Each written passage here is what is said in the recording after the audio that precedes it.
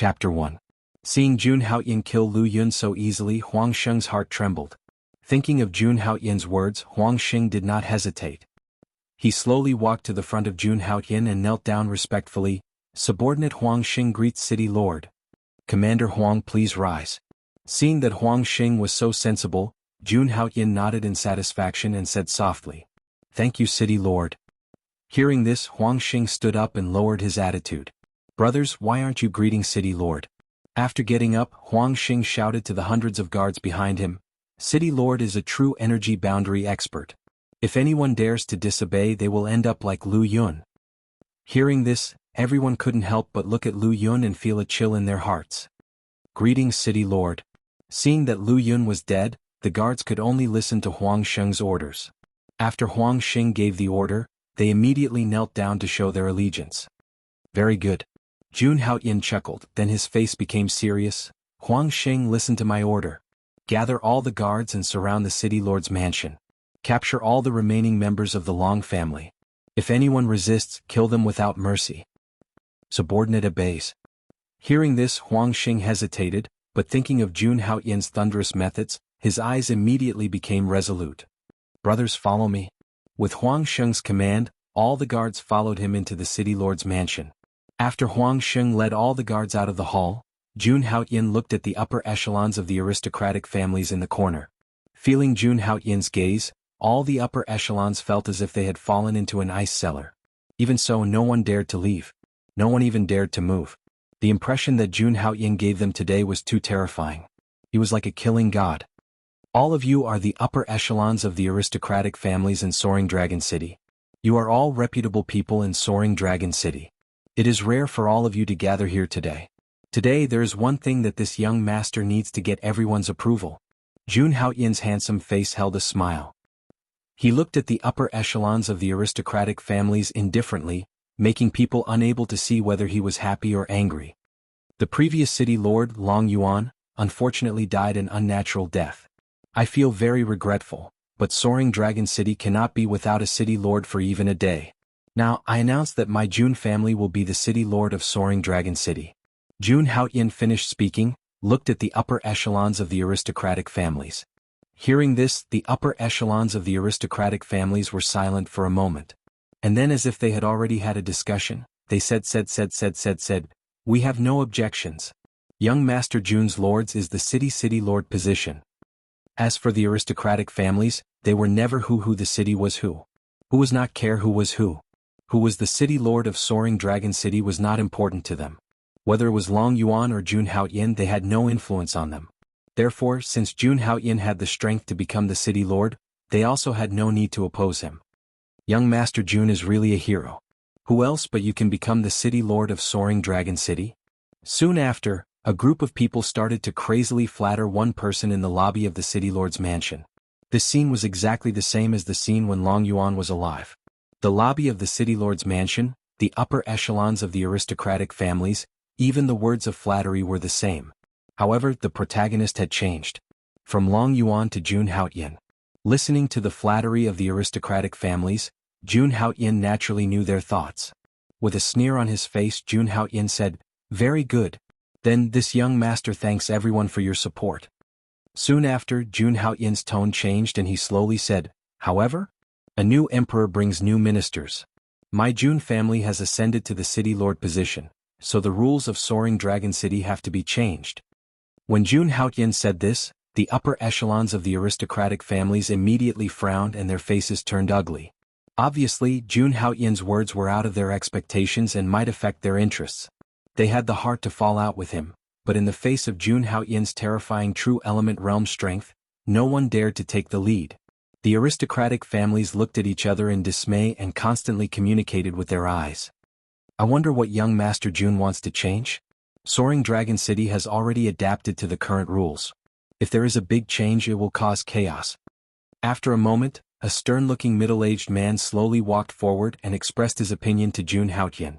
Jun Haoyin glanced at the middle-aged man and this person's information appeared in his mind.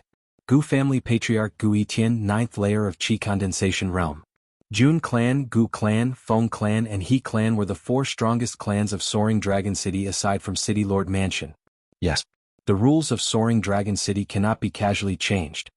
After Gu Yitian finished speaking, Feng family patriarch and He family patriarch of the other 4 aristocratic families also took a step forward and advised Jun Haotian. Young Master Jun, you have to think thrice. A group of old foxes, today I will definitely peel off your skin and pull out your tendons.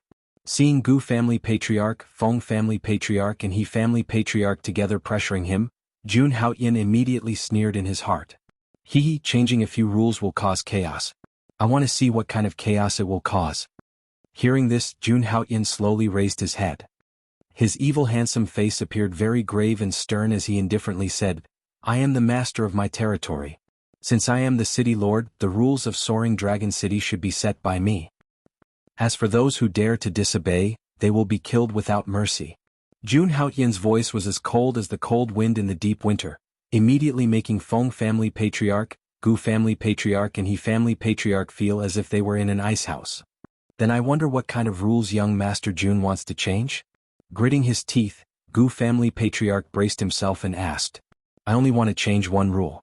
From now on, all aristocratic families in Soaring Dragon City will be under the protection of my Jun family, but every month, they must hand over 10% of their total income to City Lord. Jun Haotian said in a domineering tone that left no room for doubt. Hearing this, the complexion of all the aristocratic families on the scene became somewhat unsightly. This Jun Haotian's table manners were unavoidably ugly. Even when Long Yuan was alive, he only received 5% of the total income. Now that Jun Haotian had become the city lord, he actually doubled it. Young Master Jun, I think this matter is inappropriate. Feng family patriarch took a step forward with an unsightly complexion. He was truly unable to agree to this request of Jun Haotian. Noisy. Just as the Feng family patriarch was speaking, Jun Haotian let out a loud roar.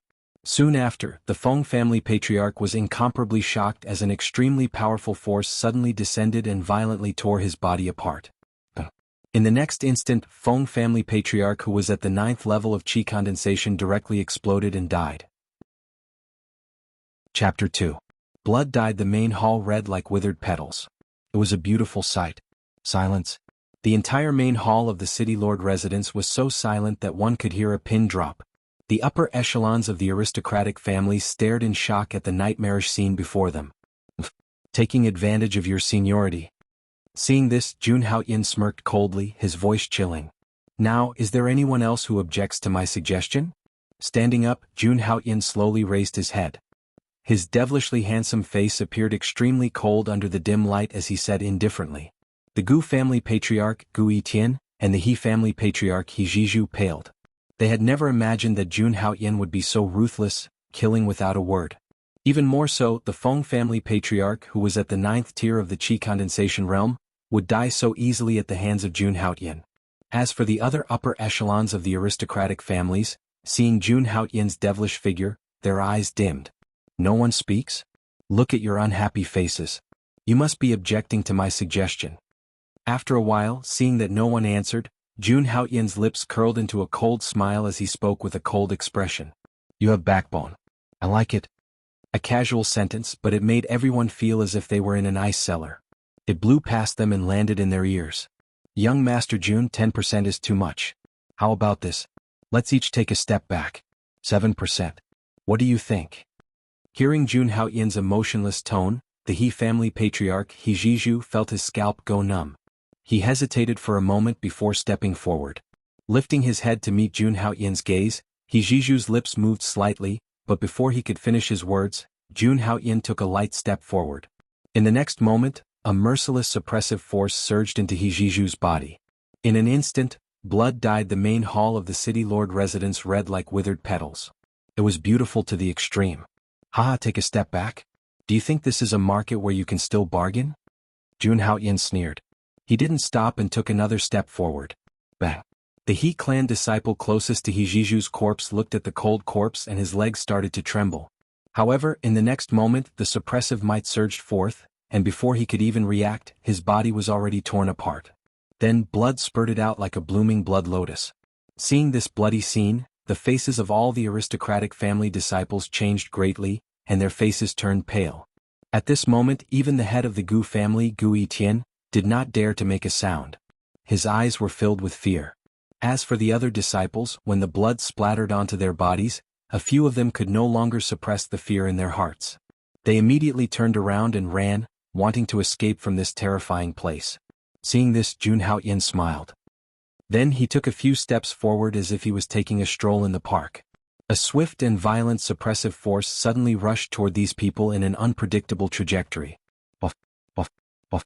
Those aristocratic family disciples who had almost reached the door and were about to escape the city lord residence's main hall all exploded. In the dim main hall, the boiling hot blood decorated it. Silence. It was as if only the sound of blood could be heard in the entire world. Smelling the stench of blood in the air, Jun Haoyan's eyes were cold. He lifted his feet and walked slowly towards the upper echelons of the aristocratic families. Tap tap tap. In the silent main hall of the city lord residence, only Jun Haoyan's footsteps could be heard, like that of the Grim Reaper. Seeing Jun Haoyan approach step by step, the upper echelons of the aristocratic families were filled with fear. However, after seeing what had happened to those before, no one dared to move. Even the head of the Gu family, Gu Yitian, was the same, even though he was a 9th-tier qi condensation cultivator.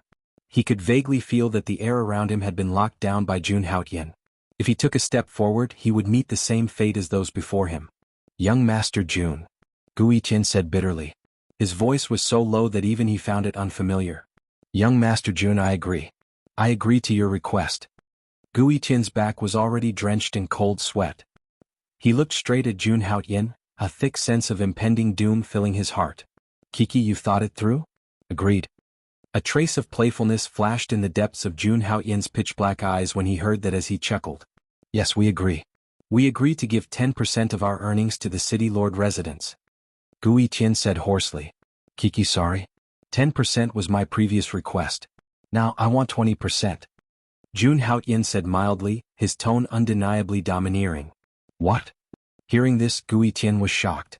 With a trace of anger, he said, absolutely not. Jun Haoyan, don't go overboard.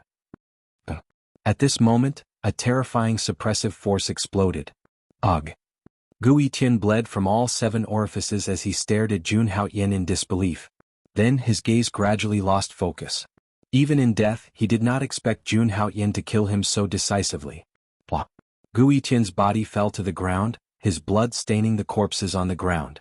Jun Haoyan looked indifferently at Gu Yitian's corpse and said in a voice that made one's heart tremble, what a pity.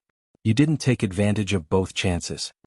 Jun Haoyan's mutterings were like the cold wind of late winter.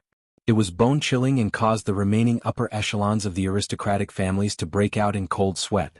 Jun Haoyan, you killed all of us. You won't get any benefits. An aristocratic family disciple gritted his teeth and pretended to be calm as he spoke to Jun Haoyan. Jun Haoyan, you devil. You'll die a horrible death. The remaining rationality of an aristocratic family disciple disappeared in the face of death. He became somewhat hysterical as he roared at the top of his lungs. Then at least I'll live longer and better than all of you. Jun Haoyan ignored him and continued to take a few steps forward. Instantly, more snow lotuses exploded, creating a bloody mist. Is there anyone else who objects now? Step forward. Save me the trouble of killing you one by one and wasting time. Jun Haoyan smiled faintly as he casually glanced at the upper echelons of the aristocratic families. Chapter 3. Young Master Jun, please spare my life. We'll agree to anything you want. Sensing Jun Haoyan's intense killing intent, the remaining disciples felt a chill run down their spines. Then they surrendered to Jun Haoyan. Very good. Now I want 30%. Jun Haoyan nodded and said without hesitation. All right. This time, these disciples had learned their lesson. Without any hesitation, they agreed to Jun Haoyan's request. We agree to all of young Master Jun's requests. Not bad. Compared to those old fogies, you guys know how to seize the opportunity. Jun Haoyan was very satisfied with the attitude of the disciples of the aristocratic families. He then scanned the crowd and asked, Feng, He and Gu, are the people with the highest authority other than the family heads here? Yes, young Master Jun. I'm the second elder of the Gu family, Gu Feiyang. Young Master Jun, I'm the second master of the He family, He Changyuan. Young Master Jun, I'm the eldest son of the Feng family, Feng Yi. Just as Jun Haoyan finished speaking, 3 people stood out. Out of the 3, 2 middle-aged men came out from the Gu and He families, while a young man of the same age as Jun Haoyan came out from the Feng family. Feng Yi, when did you become the second person in charge of the Feng family? Looking at Feng Yi, Jun Haoyan was a little surprised. He teased, although you're the son of the Feng family's head, now that old fogey Feng Zhizhu is dead, you might not be able to keep your position. As the eldest son of the Feng family, Feng Yi was the chosen successor of the Feng family. Naturally, Jun Haoyan was familiar with him. However, Jun Haoyan knew that in the Feng family, other than the head of the Feng family, the most powerful person was the Feng family's first elder. Young Master Jun, actually, I'm not Feng Zhizhu's biological son. Hearing this, Feng Yi's face was a little ashamed, but he still gritted his teeth and said, my biological father is the Feng family's first elder. As long as I want to be the patriarch, my father will definitely support me fully. Ah. Hearing this, everyone in the hall, including Jun Haoyan, was dumbfounded. The first elder of the Feng clan, Feng Wuji, and the clan master, Feng Zhizhu, were blood brothers. According to what Feng Yi said, didn't that mean that Feng Wuji had cuckolded his own brother? Ahem, so you have such a hidden identity. I really couldn't tell. Jun Haoyan looked at Feng Yi with a strange gaze. If that's the case, then you can indeed be considered the person with the highest authority in the Feng clan. Now, as the city lord, I appoint the three of you as the new patriarchs of the Feng, He, and Gu aristocratic families. From next month onwards, you must hand over 40% of your total income to the city lord's mansion. There must be no mistakes. Yes. Feng Yi and the others didn't even think before agreeing right away, as they were deeply afraid that the slightest hesitation would cause them to be killed. However, after agreeing, Gu Feiyang's expression became a bit hesitant. He wanted to say something but stopped. However, what? If you have any difficulties, just say it boldly. I've always been reasonable. Jun Haoyan saw this and frowned. Gu Feiyang, Feng Yi, He Changyuan, all the disciples of the aristocratic families, although we have a lot of power in the family, we don't have a legitimate status. I'm afraid that the patriarch's bloodline won't let us succeed the position of patriarch easily. It'll be very difficult to fulfill young Master Jun's request in a short period of time. Gu Feiyang pondered for a moment and said carefully. If anyone dares to rent it, they'll be making an enemy of the Jun clan and the city lord's mansion. Hearing this, Jun Haoyan's face revealed a trace of dignity, and he said coldly, I don't mind sending this kind of suicidal person on his way. Thank you for your support, young Master Jun. I'll definitely be loyal to you. With Jun Haoyan's words, Gu Feiyang and the others immediately felt relieved and said excitedly, I hope you can do as you say. If I find out that you dare to be disloyal, I'll let you see how I deal with traitors. Seeing this, Jun Haoyan's warm and bright face suddenly revealed a grave and stern expression. His thin lips pursed into a sharp and cold smile. I wouldn't dare. Feeling the coldness from Jun Haoyan, Gu Feiyang and the others immediately felt their scalps go numb. They were terrified. Reporting to the city lord, the remaining members of the Long clan are all here. At this moment, a series of hurried footsteps could be heard from the door. Huang Sheng slowly entered the hall with a group of guards. Behind him there were nearly 20 people tied up. There were men and women, old and young.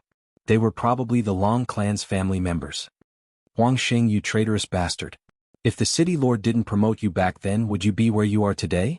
Among the Long clan's family members, a woman with heavy makeup and dressed like a noblewoman pointed at Huang Sheng and scolded with an extremely sharp tone. Hearing this, Huang Sheng's eyes turned cold, and he secretly gave a look to the people behind him. Slap. A guard quickly walked in front of the noblewoman who was making a scene and gave her a hard slap. The noblewoman held her cheek in pain and didn't dare to make a sound. Well done, you didn't disappoint me. Seeing Huang Sheng and the others enter in a single file, Jun Haoyan praised with a smile on his face. Thank you for your praise, sir. May I ask how we should deal with these remaining members of the Long clan? Hearing Jun Haoyan's praise, Huang Sheng's eyes flashed with excitement. However, he quickly hid it and said in a neither servile nor overbearing tone. Commander Huang, how do you think we should deal with these remaining members of the Long clan? Hearing this, Jun Haoyan didn't reply. Instead, he looked at Huang Sheng with a deep meaning and asked him a question. Jun Haoyan's casual words caused Huang Sheng's pupils to shrink and his expression to change drastically. He looked at Jun Haoyan with a complicated expression. He knew that Jun Haoyan was testing him. If he handled this well, Jun Haoyan would regard him more highly and trust him more. If he didn't handle this well, he would slowly be isolated. Should he kill them or not? Huang Sheng's mind was in an endless dilemma. If he killed them all, wouldn't it make him seem too vicious? One had to know that there were old, weak, women and children among the remaining members of the Long clan. Moreover, he was indebted to the Long clan. If he killed them all, wouldn't it directly show that he was a cold-blooded and heartless villain? Would he still be able to gain Jun Haoyin's trust then? However, if he said that he didn't kill them, wouldn't Jun Haoyin suspect that he wasn't completely loyal to him and was still disloyal? Don't leave a single one alive. Just as Huang Xing was in a dilemma and unable to make a decision, a cold voice sounded in his mind and stunned him. Telepathy through the air. In the next moment, Huang Sheng looked at Jun Haoyin. However, to his disappointment, Jun Haoyin squinted his eyes and pretended to be asleep. Huang Sheng took a deep look at Jun Haoyin and pondered for a moment. Then he said slowly, "In my opinion, the Long clan should be punished for offending the governor." Boom. As soon as Huang Xing said this, everyone present looked at him with a complicated expression. Their eyes were filled with fear. This person was so vicious. Huang Xing, you're not human. You're a beast. Bastard, I won't let you off even if I become a ghost. When the remaining members of the Long clan heard this, they cursed Huang Xing crazily. Upon hearing Huang Xing's words, Jun Haoyin slowly opened his eyes and said unhurriedly, "Since Commander Huang has said so, this young master will respect your opinion. I'll leave this matter to you, Commander Huang, to handle it personally." Chapter 4. If you don't remove the roots, they will grow again. Since Jun Haoyin had become the Long family's sworn enemy, he would not let them go. From the beginning to the end, Jun Haoyin had the idea of annihilating the Long family. You want me to do it myself? Huang Sheng's face stiffened when he heard Jun Haoyin's words. No matter where he was, it was not honorable to attack defenseless captives. Moreover, there were many elderly, women and children among them. If this were to spread, Huang Sheng's reputation would be ruined. Why, Commander Huang, you can't bear to do it? Jun Haoyin looked at Huang Sheng calmly. There was no emotion in his tone. No, I don't have such thoughts. Hearing Jun Haoyin's cold words, Huang Sheng, who was hesitating, shuddered. Sensing the smell of blood in the air, he no longer hesitated and decisively pulled out the battle sword at his waist. He knew that he had no choice. If the Long family did not die, he would be the one to die. Thinking of this, his eyes became determined. His body emitted a strong murderous aura as he slowly walked toward the 20 remaining Long family members. Huang Sheng, what are you trying to do? Huang Sheng, how dare you? Huang Sheng. No. Seeing Huang Sheng walking toward them with a murderous look, the Long family members had a bad feeling. They cursed in anger. Hearing these curses, Huang Sheng's eyes turned cold. He said coldly, "From the beginning, the Long family has treated me like a dog. You can order me around and abandon me. It's been so many years. I've already repaid all the favors you've done for me." Huang Sheng's face became twisted and hideous. He suddenly raised his head and stared at the remaining Long family members with bloodshot eyes. As soon as he finished speaking, Huang Sheng slashed his sword at the Long family member who was at the front. Poof. It was straightforward and spicy. He slashed his throat. Go to hell. Huang Sheng's eyes turned red. After killing one person, he did not stop. Like a murderous demon, he swung his sword again and again. Blood splattered in the air. One person, one saber, one saber, one saber, one saber, one saber, one saber, one saber, one saber, one saber, one saber, one saber. A moment later, more than 20 remnants of the Long family died under Huang Sheng's blade. Clang. Sheathing his blood-stained saber, Huang Sheng slowly walked to Jun Haoyin and knelt down on one knee. Your subordinate is fortunate to have accomplished the mission. Very good. Jun Haoyin nodded his head in approval. Soon after, he slowly said, "From today onwards, the Guard Army will be changed to Soaring Dragon Guard. You will be the commander of Soaring Dragon Guard.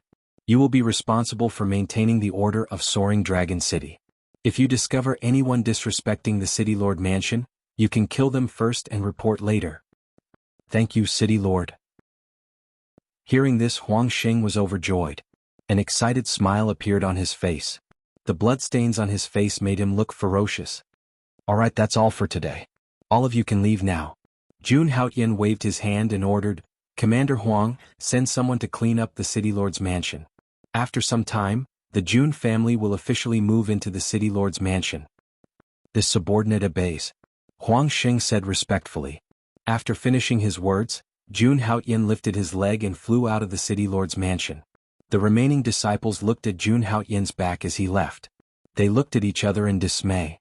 Looking at the corpses on the ground, their expressions were somewhat complicated. In the main hall of the Jun family. At this moment, Jun Songlong and a group of Jun family elders were gathered in the main hall. They looked somewhat anxious. Jun Haoyin had not returned after leaving for so long. This made them very worried. According to their information, Jun Haoyin went straight to the city lord's mansion after leaving the Jun family. What worried Jun Songlong the most was that he remembered that today was the 50th birthday of that old man Long Yuan. At this moment, the city lord's mansion must be filled with experts. Jun Haoyin would undoubtedly be in danger if he went there now. Unfortunately, they could not help much.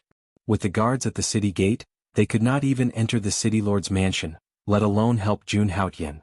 Therefore, before Jun Haoyin returned safely, there was nothing they could do. They could only wait anxiously. Family head, do you think the young master will be all right?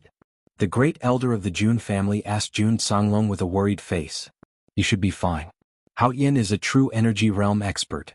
Even if he can't defeat them, his life should not be in any danger. Jun Songlong replied with uncertainty. He still looked very worried. Ancestors, please bless us. Our Jun family finally has a genius with a spiritual body. Please don't let him die prematurely. An elder prayed silently. The rest of the people looked at each other and shook their heads helplessly. They could only leave it to fate. Family head, the young master is back. Just when everyone was worried, a series of hurried footsteps was heard. A servant rushed in. What? Hearing the news, all the higher-ups of the Jun family were shocked. Then they walked out together. However, just when they reached the door, Jun Haoyin, who was dressed in white, with his black hair fluttering in the wind, slowly appeared at the door. Haoyin, are you all right? Seeing that Jun Haoyin did not seem to be injured, Jun Songlong was relieved and went forward to show his concern. Father, I'm fine.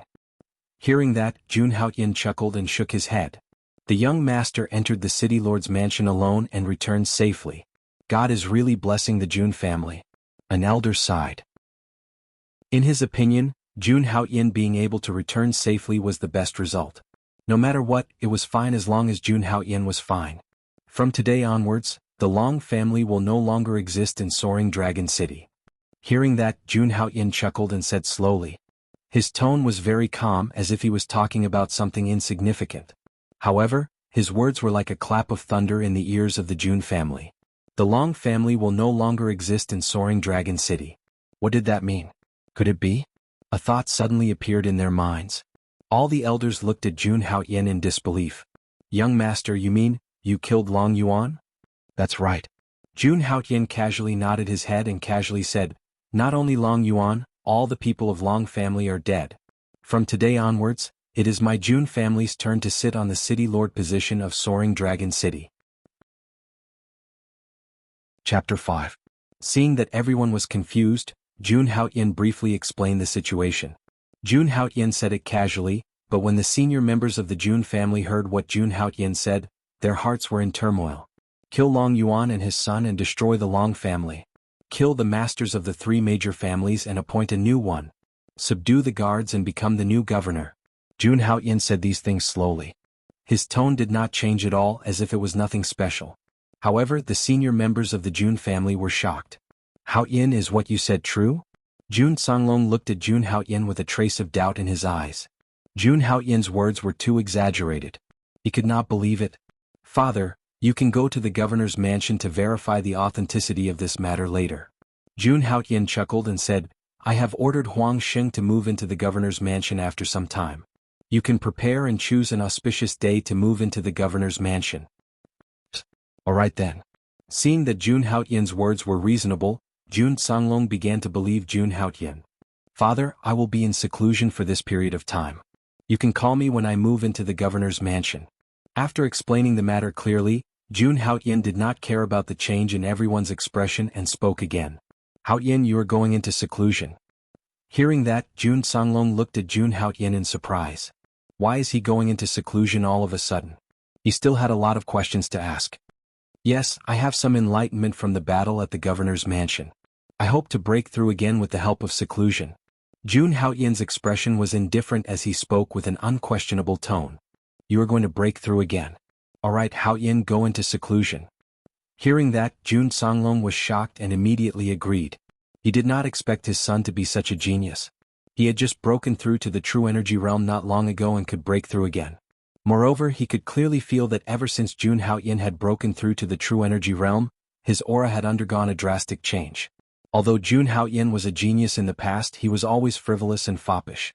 As for the current Jun Haoyin, he emitted a steady and domineering aura with every movement he made. This was the temperament of a true genius. Looking at Jun Haoyin, Jun Songlong's heart was proud. This is the son of Jun Songlong. After expressing his family's residence, he left the family's mansion's main hall. He left the hall and returned to his own room. This time Jun Songlong is Jun Harum. Jun was the family's Jun's he could not relax. He might be invincible in Soaring Dragon City, but he was still an ant in front of those super sects in the 7 Holy Lands. There were countless true energy realm martial artists like him in the super sects and Holy Lands. Moreover, he had killed Jun Haoyin, the father of the Son of Providence, and slaughtered Long Ziyue, who was suspected to be the female lead's clansman. With the growth rate of these two, if his strength remained stagnant, he would soon be dead. Jun Haoyin, I don't care how strong you are. As long as you block my path, you must die. His tall and straight body was like an unsheathed sword. Jun Haoyin raised his head with a smirk on his face. His pitch-black eyes faintly had a sharpness that could break through the clouds. Since he had come to this world where the strong preyed on the weak and became a villain, he must become the strongest villain. I would rather betray the world than let the world betray me. No matter who it is, I will kill anyone who blocks my path by hook or by crook. The most important thing now was to increase his strength. Collecting the thousands of thoughts in his mind, Jun Haoyin slowly calmed down and began to cultivate the strength of the hell-crushing divine elephant. After condensing the first giant elephant seed, Jun Haoyin had not been able to condense a second giant elephant seed. Each giant elephant seed required a large amount of energy to condense. The second giant elephant seed required more energy than the first. With the wealth of the Jun Haoyin, it was impossible for Jun Haoyin to condense a second giant elephant seed. Ding. The check-in time has been refreshed. Would the host like to check in? Hearing this sound, Jun Haoyin was delighted and immediately said, "Check in." Ding. Congratulations to the host for check-in successfully. Received Gold Emperor Incinerating Heavenly Flame. Gold Emperor Incinerating Heavenly Flame. As the system's voice sounded, the origin of the Gold Emperor Incinerating Heavenly Flame appeared in Jun Haoyin's mind. The Gold Emperor Incinerating Heavenly Flame was an inherited flame of an ancient clan. It was a flame born from the heavens and earth and was often called a strange flame. The Gold Emperor Incinerating Heavenly Flame was not only powerful and could burn everything in the world, but it could also temper the body and soul. As long as the Gold Emperor Incinerating Heavenly Flame was successfully refined, the Gold Emperor Incinerating Heavenly Flame could be turned into a boundless sea of fire. It could also be integrated into one's flesh and blood, cleansing the soul and tempering the body. If I can refine this Gold Emperor Incinerating Heavenly Flame, my strength will definitely rise to another level. Looking at the golden flame floating in front of him, Jun Haoyin muttered to himself. The Gold Emperor Incinerating Heavenly Flame was extremely domineering. If one wanted to refine it, they would undoubtedly have to suffer endless pain. However, this pain was nothing to Jun Haoyin. For the sake of strength, for the sake of his life, Jun Haoyin had no choice but to accept this. The greater the risk, the greater the reward. As long as Jun Haoyin successfully refined the Gold Emperor Incinerating Heavenly Flame, his strength would undergo an earth-shattering change. Thinking of this, Jun Haoyin took a deep breath and slowly extended his right hand toward the Gold Emperor Incinerating Heavenly Flame. Boom. Just as Jun Haoyin's right hand was about to touch the Gold Emperor Incinerating Heavenly Flame, the originally calm Gold Emperor Incinerating Heavenly Flame suddenly went berserk. Waves of fire rolled violently. I don't care where you're from. Since you've fallen into my hands, you'll have to submit obediently. Seeing this, Jun Haoyin's face turned cold. His right hand continued to suppress the Gold Emperor Incinerating Heavenly Flame. At the same time, the strength of the hell-crushing divine elephant in his body was activated to the maximum. At the same time, an immemorial gigantic elephant appeared behind Jun Haoyin. Under the influence of the vast and domineering suppression, the Gold Emperor Incinerating Heavenly Flame suddenly became much more obedient. Its attitude was no longer as domineering and violent. You refuse a toast only to be forced to drink a forfeit. Jun Haoyin laughed coldly. The boundless suppression directly enveloped the Gold Emperor, incinerating heavenly flame, and slowly approached him. Be obedient and let me refine you. I guarantee that you'll be able to evolve to your final form. Jun Haoyan looked coldly at the struggling Gold Emperor, incinerating heavenly flame in his hand, and said indifferently, "If you dare to resist again, I'll erase your spiritual consciousness." As soon as he finished speaking, Jun Haoyan directly pinched the Gold Emperor, incinerating heavenly flame, and threw it into his mouth. Chapter 6. Boom. As soon as the Gold Emperor, incinerating heaven's flame, entered his stomach, Jun Haoyan felt an unbearable burning sensation coming from his abdomen. Jun Haoyan's body seemed to have turned into a volcano, with flames erupting from time to time. Jun Haoyan felt as if his body was about to melt. His physical body and divine soul seemed to have been melted by the Gold Emperor, incinerating heaven's flame. At this moment, Jun Haoyan was in extreme pain. His face was pale and his expression was ferocious. Cold sweat kept breaking out on his forehead, but the high temperature of his body quickly evaporated the sweat. Refining the Gold Emperor, incinerating heaven's flame, was also the process of fusing with it. At this moment, Jun Haoyan was not only suffering from physical pain, but also from the pain of his divine soul. He could not help but hold his head and curl up in a corner of the bed. His entire body was stretched taut. Jun Haoyan's body would emit a red light from time to time, flowing through his body. Wherever the red light passed, Jun Haoyan's white clothes would be burned. Soon Jun Haoyan was lying naked on the bed. Waves of red light flashed across his fair skin, looking very strange. It made Jun Haoyan look like magma, incomparably hot. Although he was constantly suffering, Jun Haoyan continued to circulate the strength of the hell-crushing divine elephant. On top of Jun Haoyan's body, the shadow of an ancient mammoth floated. It was this shadow that suppressed the Gold Emperor, incinerating heaven's flame in Jun Haoyan's body, not daring to destroy it. Even so, Jun Haoyan's mortal body could not withstand the heat of the Gold Emperor, incinerating heaven's flame. Endless pain drowned out Jun Haoyan's senses. He felt his blood, bones, and divine soul being gradually melted by the Gold Emperor, incinerating heaven's flame. This immense pain was unbearable for ordinary people. At this moment, he felt as if his soul was being roasted on fire. He was in so much pain that he wished he was dead. Even though it was so painful, Jun Haoyan did not make a sound and endured this inhumane pain. He knew very well in his heart that if he wanted to transform, he had to go through all of this. In order to be reborn, one must first be destroyed. Time slowly passed. At this moment, Jun Haoyan's body had been completely destroyed by the Gold Emperor's, incinerating heaven's flame. His physical body had been reduced to charcoal and had lost all signs of life. Bang. After an unknown period of time. A day, 2 days, 3 days, bang. 1 day, a week later, Jun Haoyan's heart, which had stopped beating, suddenly started to beat vigorously. At the same time, an unparalleled vitality rose from Jun Haoyan's body. At the same time, Jun Haoyan's injuries began to heal at a speed visible to the naked eye. Crack, crack. Soon, the black dead skin that originally covered Jun Haoyan's body began to peel off slowly, revealing pieces of flawless white and sparkling skin. It was as if he had been reborn. Sizzle, sizzle. In the next moment, rays of dazzling light slowly emerged from Jun Haoyan's body. As these rays of light flickered, the black dead skin on Jun Haoyan's body quickly fell off, revealing his flawless body. On his flawless skin, Jun Haoyan could clearly feel that every pore on his body was doing its best to absorb the heaven and earth yuan qi. Radiance flickered. In an instant, Jun Haoyan suddenly opened his eyes. 2 rays of light shot out from his pitch-black eyes. Spirit body. Feeling the changes in his body, Jun Haoyan was pleasantly surprised. He did not expect that after being refined by the Gold Emperor's, incinerating heaven's flame, his body would transform from a mortal body to a spirit body. What an unexpected surprise. Thinking about the Gold Emperor's, incinerating heaven's flame, Jun Haoyan was delighted. Although he had endured inhumane pain this time, he had successfully refined the Gold Emperor's, incinerating heaven's flame and completely controlled this heavenly flame. With a thought, Jun Haoyan activated the Gold Emperor's, incinerating heaven's flame. In the next moment, a golden flame suddenly gushed out from Jun Haoyan's eyes. Jun Haoyan stretched out his right hand and a golden flame slowly emerged from his palm.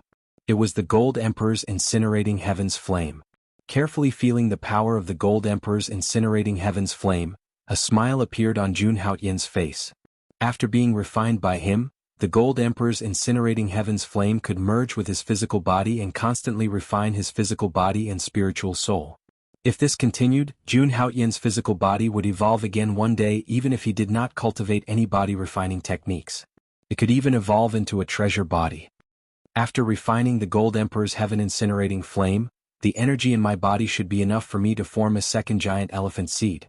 Jun Haoyan put the Gold Emperor incinerating heavenly flame back into his body and began to cultivate the strength of the hell-crushing god mammoth. A few days later, a vast and ancient roar suddenly resounded from Jun Haoyan's body. Brr. This was the roar of an ancient mammoth. After his body had been tempered, Jun Haoyan's body contained a large amount of energy. Finally, he successfully condensed the second giant elephant seed. Following the condensation of the second giant elephant seed, a boundless and domineering energy instantly surged into Jun Haoyan's limbs and bones. Crackle. Inside Jun Haoyan's body, there was a burst of crackling sounds like beans being fried. At the same time, Jun Haoyan's cultivation base rose to the peak of LV1 True Energy Realm. He was only one step away from breaking through to LV2 True Energy Realm. Roar. Just as Jun Haoyan thought that this was the end, the roar of an ancient mammoth resounded from within his body. The third giant elephant seed was successfully formed.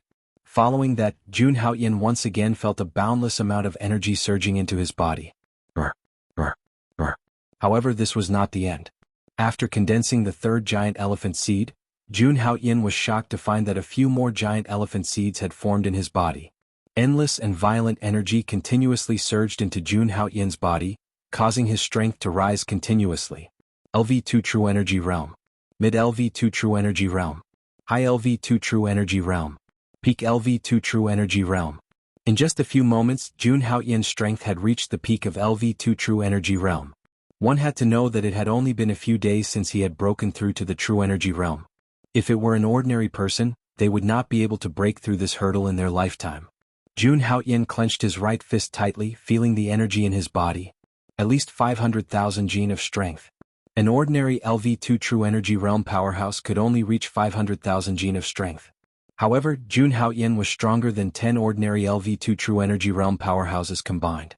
Condensing 5 giant elephant seeds had allowed Jun Haoyan to break through to the peak of LV2 True Energy Realm and possess 500,000 gene of strength. If he condensed 10 giant elephant seeds, wouldn't he possess a strength of 1,000,000 gene? If that really happened, he would be able to split mountains and split the earth with a single move.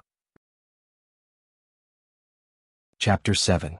Although he had successfully broken through, Jun Haoyan did not get complacent. He knew that his strength was nothing compared to the Holy Lands. He would not be a match for any of the core disciples at this moment. Jun Haoyan calmed himself down and prepared to continue his seclusion. "Haoyan, are you there?" At this moment, Jun Songlong's voice came from outside Jun Haoyan's room. "Yes, father." Jun Haoyan was stunned for a moment before he opened the door. "Haoyan, you have broken through." As soon as the door was opened, Jun Songlong, who was standing outside the door, saw Jun Haoyan and felt that something was wrong. Jun Haoyan had not completely concealed his aura as he had just broken through. Jun Songlong immediately sensed that something was wrong.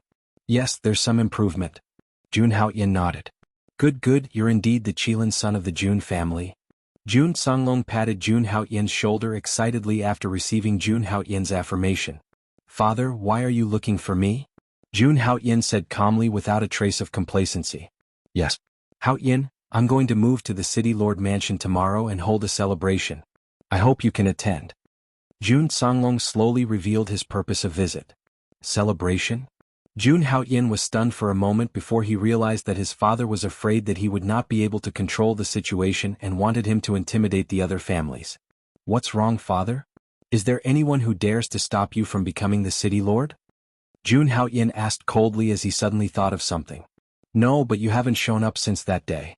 Some families are starting to get restless again." Jun Songlong's face darkened when he heard that. "Okay, I'll definitely attend the celebration tomorrow." A cold light flashed in Jun Haoyan's pitch-black eyes. He chuckled and nodded. "All right then, Haoyan, you should rest well." Seeing that Jun Haoyan agreed, Jun Songlong felt relieved and turned to leave. They actually dared to jump out and jump around. "Looks like I didn't beat them up enough last time." Looking at Jun Haoyan's back, Jun Haoyan's face turned completely cold. After Jun Haoyan left, Jun Haoyin returned to his room and continued cultivating the strength of the hell-crushing god mammoth. The next day, in the spacious plaza of the city lord's mansion, a blood-red carpet covered the entire plaza, bright and dazzling. The resounding sound of the guzheng was accompanied by the low sound of the guqin, the flute and many other musical instruments, which echoed in the square. Disciples of aristocratic families, dressed in gorgeous robes, walked around with crystal-clear wine glasses in their hands. Occasionally they would gather together in twos and threes. It was rare to see the upper echelons of the aristocratic families in the past.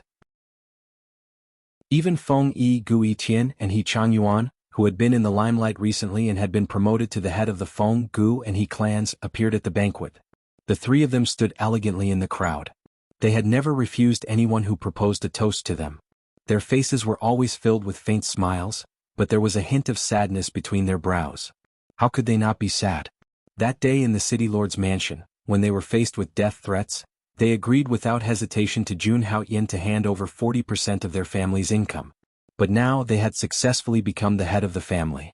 Asking them to hand over 40% of their assets was like asking them to cut off their flesh. Nephew Feng, what do you think about today's city lord succession ceremony?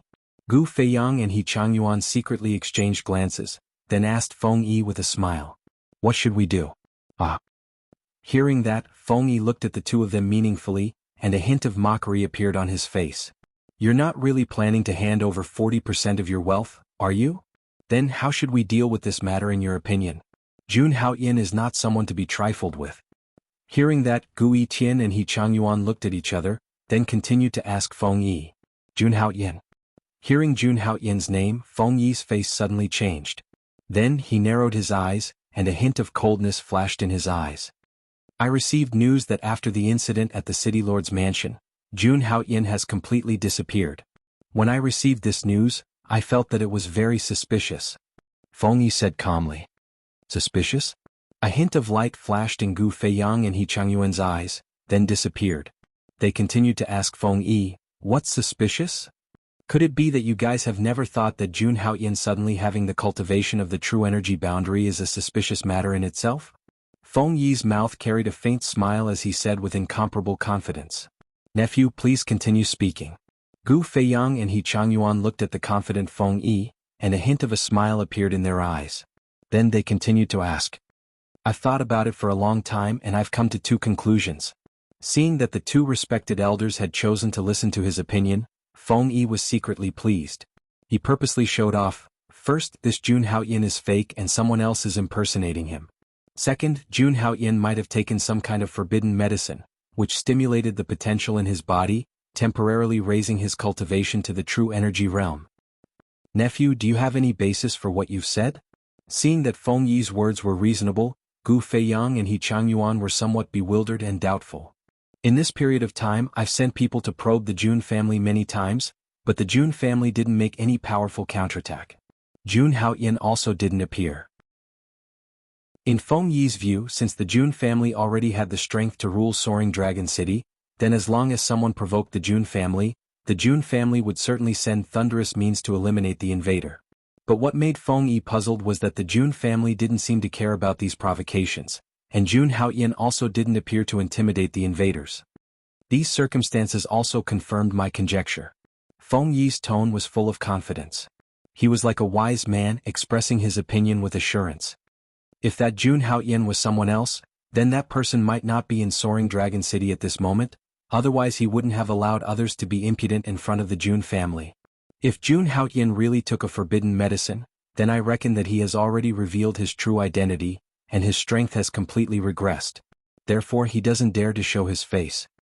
Nephew's words are indeed somewhat reasonable. Gu Feiyang nodded and looked at Feng Yi with a somewhat profound gaze, but even so, these are only conjectures. Do you dare to gamble? If you lose with Jun Haoyin's ruthless character, I'm afraid only death will await you. Hey, since nephew has said so, I think you must have made some preparations. When He Changyuan heard this, he gave Gu Feiyang a meaningful glance and said with a smile, Nephew, can you tell your two uncles about your plan? Chapter 8. That's right. In order to test Jun Haoyin's strength, I did make some preparations. Feng Yi smiled faintly and said slowly, but there's no need to tell my uncles. Some things won't work if spoken aloud. Although Feng Yi was arrogant and liked to show off, he wasn't stupid. Naturally, he wouldn't be stupid enough to casually speak about something that concerned his life. Haha, since that's the case, we'll sit and watch your performance. Gu Feiyang and He Changyuan looked at each other and said with a smile. In fact, they had been monitoring the Jun family's movements ever since that day at the City Lord's mansion. They naturally knew all the information about Jun Haoyin during this period of time like the back of their hands. Even the information that Feng Yi obtained was secretly revealed by them. They had naturally thought of Feng Yi's guess, but they were cautious and didn't dare to test the Jun family too much. Therefore they decided to pass the information to Feng Yi. With Feng Yi's arrogant personality, he definitely wouldn't be able to resist taking action. Now, it seemed that Feng Yi's every move during this period of time was within Gu Feiyang and He Changyuan's calculations. For today's banquet, the two of them naturally had a backup plan. With Feng Yi taking the lead, they didn't need to be in a hurry to jump out. Just as the three of them were secretly making their own plans, bursts of thunderous rumbles resounded from the end of the square. The city lord has arrived. As a thunderous shout rang out, everyone's gaze turned towards the end of the square in unison. Ta-ta-ta. Numerous vigorous horses were seen galloping over like lightning in the night sky. The magnificent carriage seemed to be carved out of jade, flickering faintly under the illumination of the colored glass lamps. Wind-chasing horses. The ordinary disciples at the edge of the square cried out in surprise. This galloping horse could be said to be worth 1,000 gold. It was revered by countless families and was regarded as a treasure. However, this kind of horse was used to pull a carriage, and there were even 8 wind-chasing horses. One could imagine the high status of the owner of this carriage. Just as the 8 steeds were about to enter the Bright Star Square, they slowly stopped. The hanging curtain was slowly pulled up and a middle-aged man in a purple robe with a dignified face walked out. It was Jun Songlong. Seeing Jun Songlong, the faces of the disciples of the aristocratic families changed. They immediately stepped forward and greeted, "Greetings, family head Jun. Brother Jun, long time no see. How have you been?" Gu Feiyang and He Changyuan looked at each other, cupped their hands together and said, "Logically speaking, today was the City Lord succession ceremony and Jun Songlong was about to become the new City Lord. Yet these people did not call him City Lord. Obviously they were scheming something." Seeing this, a cold glint flashed across Jun Songlong's eyes. Then a modest smile appeared on his face. "Brother Gu, brother He, nephew Feng, I haven't congratulated the three of you on being promoted to the position of family head." Hearing this, the smiles on Gu Feiyang, He Changyuan and Feng Yi's faces froze. All the aristocratic families who attended the City Lord Mansion's birthday banquet that day knew how they got the position of family head. Now that Jun Songlong mentioned it, they felt that the people around them were looking at them differently. They suddenly felt uncomfortable as if they had eaten a fly. No, how can we compare to you, brother Jun? The position of City Lord is at your fingertips." Gu Feiyang stared at Jun Songlong and said in a strange tone, "By the way, where's nephew Haoyin? Why isn't Haoyin here on such an important day?" "Yeah, we haven't seen Haoyin for a long time. Brother Jun, can you let nephew Haoyin come out to meet us?" He Changyuan added. "Yes, today is such an important day. Haoyin should indeed attend." After that, Jun Songlong said to the carriage behind him, "Haoyin, your 2 uncles are so kind. Why don't you come out and meet them?" "What?" Seeing this, Gu Feiyang and He Changyuan suddenly realized something. Their faces changed drastically. They stared at the carriage cautiously as if there was something terrifying inside. As soon as Jun Songlong's words came out, the originally noisy square of the City Lord's mansion immediately became silent. Not a single sound could be heard. Everyone's eyes were fixed on the inside of the carriage, and their bodies unconsciously tensed up. After a while, when the dead silence was somewhat oppressive, some clear laughter sounded from inside the carriage. "Uncles? Do you think these good-for-nothings are worthy?" The incomparably arrogant voice made the deathly silent square even more deathly still. Hearing this, Gu Feiyang and He Changyuan both frowned, and their faces became gloomy. Although they were furious, Gu Feiyang and He Changyuan did not dare to act out before seeing Jun Haoyin's true strength. But what no one noticed was that Feng Yi, who was standing behind them, smirked. He secretly gave a middle-aged man in the crowd behind him a look. If one observed carefully, they would realize that although the middle-aged man looked ordinary, his cultivation level was actually at the 7th tier of the Qi condensation realm.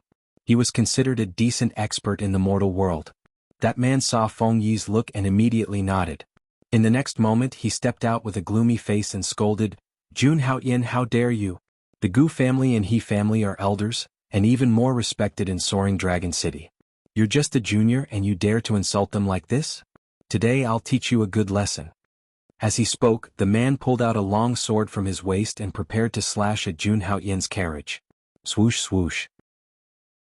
However, as soon as he finished speaking, he saw two sharp suppressive forces tear apart the curtain of the carriage and rush over like rainbows. Poof! Crimson blood splattered. The middle-aged man did not even have the chance to react before his entire body was flipped over. His body exploded and he died on the spot. An expert at the 7th tier of the Qi condensation realm had been killed in an instant. This bloody scene immediately silenced the originally indignant scions of the aristocratic families. The anger on their faces immediately turned into shock. I've only been in seclusion for half a month, and someone wants to challenge me already? A cold voice rang out from within the carriage, and a vast suppressive force swept out in all directions. Poof! Facing this suppressive force, everyone present felt their chests tighten, and then they spat out a mouthful of thick blood. Even Gu Yitian and He Changyuan were no exception. As for the scions of the lower cultivation levels, they fainted on the spot, their limbs and bones shattered. At the same time, a pair of white jade-like hands slowly pulled the curtain of the carriage. Soon after, a handsome face was revealed. This face was filled with coldness, especially when set off by those perfect and impeccable sword-like eyebrows. It gave him a trace of a unique temperament. Jun Haoyin stepped out of the carriage before everyone's shocked eyes. Chapter 9. Bastard! If anyone dares to say that Jun Haoyin took forbidden medicine again, this young master will tear his mouth apart. Seeing that the expert he had invited with a lot of money was actually killed by Jun Haoyin, Feng Yi's complexion became extremely unsightly. At this moment he was very glad that he didn't send the people of Feng clan to provoke Jun Haoyin. Otherwise, with Jun Haoyin's character, he reckoned that the entire Feng clan would be exterminated. Recalling the fate of Long clan, Feng Yi still trembled with fear. Compared to Feng Yi's rejoicing, Gu Feiyang and He Changyuan's complexion became even more unsightly.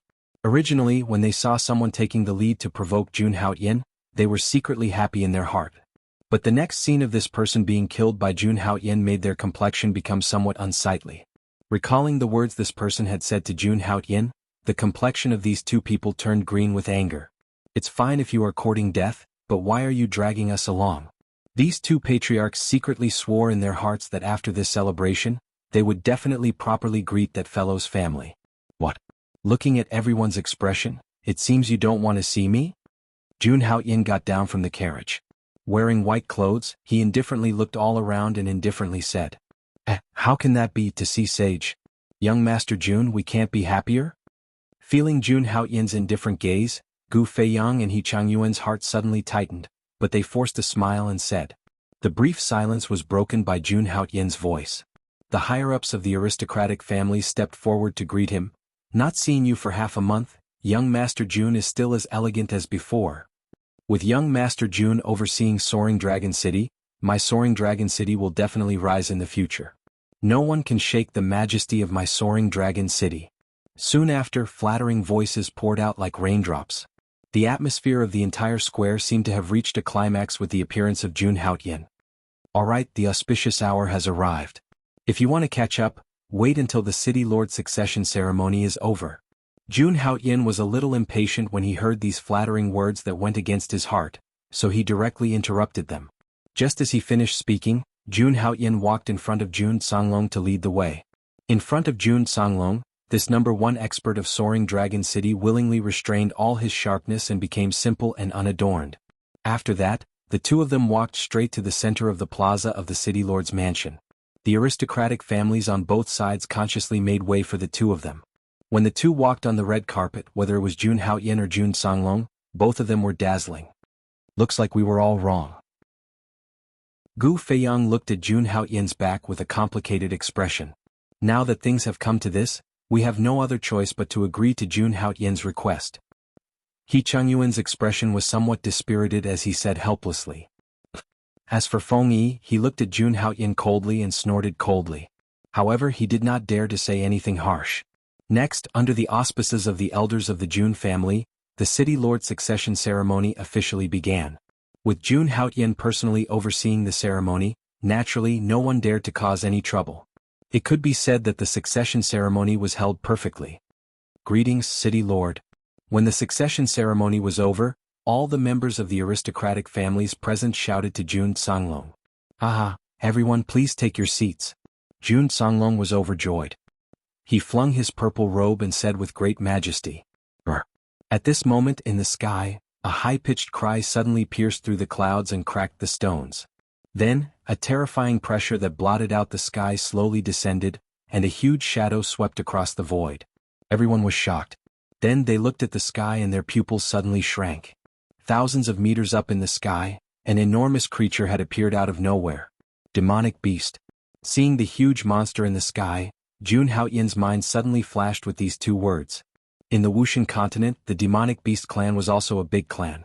Their strength was not weaker than humans. Brr. Just as Jun Haoyin and the rest were bewildered, the demonic beast in the sky screeched and suddenly flew down. A terrifying aura rushed toward them. Su Bai sized up the unknown demonic beast and was secretly shocked. The demonic beast's strength was actually at the true energy realm. Brr. To everyone's surprise, when the huge demonic beast was dozens of meters away from the ground, it suddenly stopped and directly suspended in the void. In the next moment, a figure jumped down from the demonic beast and slowly landed in the square of the City Lord Mansion. The moment the figure landed on the ground, an extremely powerful pressure spread across the square. True energy realm. Feeling the pressure, everyone present was shocked. The person who came was actually a true energy realm elite. When they saw the face of the figure, they were even more shocked. The person's age was actually the same as Jun Haoyin. He looked to be in his teens. Are all the young people nowadays so monstrous? The upper echelons of the aristocratic families present all had such thoughts. Jun Haoyin felt the aura and was shocked. This person was at least at the 4th level of the true energy realm. Langya's sacred ground, Lu Feng. Greetings, City Lord Long. While everyone was guessing the purpose of the young man's visit, the young man looked at Jun Songlong and said with slight respect, "Langya's sacred ground." When the young man spoke, everyone present was shocked. This person was actually from Langya's sacred ground. Jun Haoyin's pupils shrank when he heard the young man's words. This person was actually from Langya's sacred ground. What was worse was that from his words he was actually looking for Long Yuan. However, Jun Haoyin also obtained a lot of information from his words. Firstly, this person must have never seen Long Yuan in person. Secondly, as a disciple of Langya's sacred ground, he came to this small soaring dragon city without a trace of arrogance. Obviously he had some scruples. Jun Haoyin guessed that this person should be here because of Long Ziyue. Moreover, this person's position in Langya's sacred ground should not be as high as Long Ziyue. Although Jun Haoyin was a little afraid of Lu Feng's strength, he did not panic in his heart. He was thinking of a way to break out of this situation. Unlike Jun Haoyin, when Jun Songlong heard that Lu Feng was from Langya's sacred ground and seemed to be looking for Long Yuan, he suddenly felt a chill in his heart. Otherwise, as the head of the Jun family, Jun Songlong was not a mediocre person. He forced himself to calm down and signaled to Jun Haoyin with his eyes. "Father, you have to calm down. From now on you're the city lord, Long Yuan, and I'm Long Bufan." Seeing Jun Songlong's gaze, Jun Haoyin's expression did not change. He directly transmitted a message: "Just do your best to deal with it. Don't be afraid. I'm not weaker than him." Hearing this, Jun Songlong was relieved and regained his calm state. He looked at Lu Feng and said slowly, "So it's a distinguished guest from Langya's sacred ground. I'm sorry for not going out to meet you." At this moment, the surrounding members of the aristocratic families also reacted. Seeing that Jun Songlong referred to himself as Long Yuan, their eyes flickered as if they were brewing some plan. "You better not talk too much. Otherwise don't blame me for being ruthless." Just as they were harboring some evil thoughts in their minds, an extremely cold voice sounded in their minds. Chapter 10. While Jun Haoyin transmitted his voice, he also released his cultivation. The pressure of a true element boundary once again swept through the entire square of the City Lord Mansion. Lu Feng thanked City Lord. Lu Feng, who was about to thank Jun Haoyin, suddenly felt the pressure and looked at Jun Haoyin with some surprise.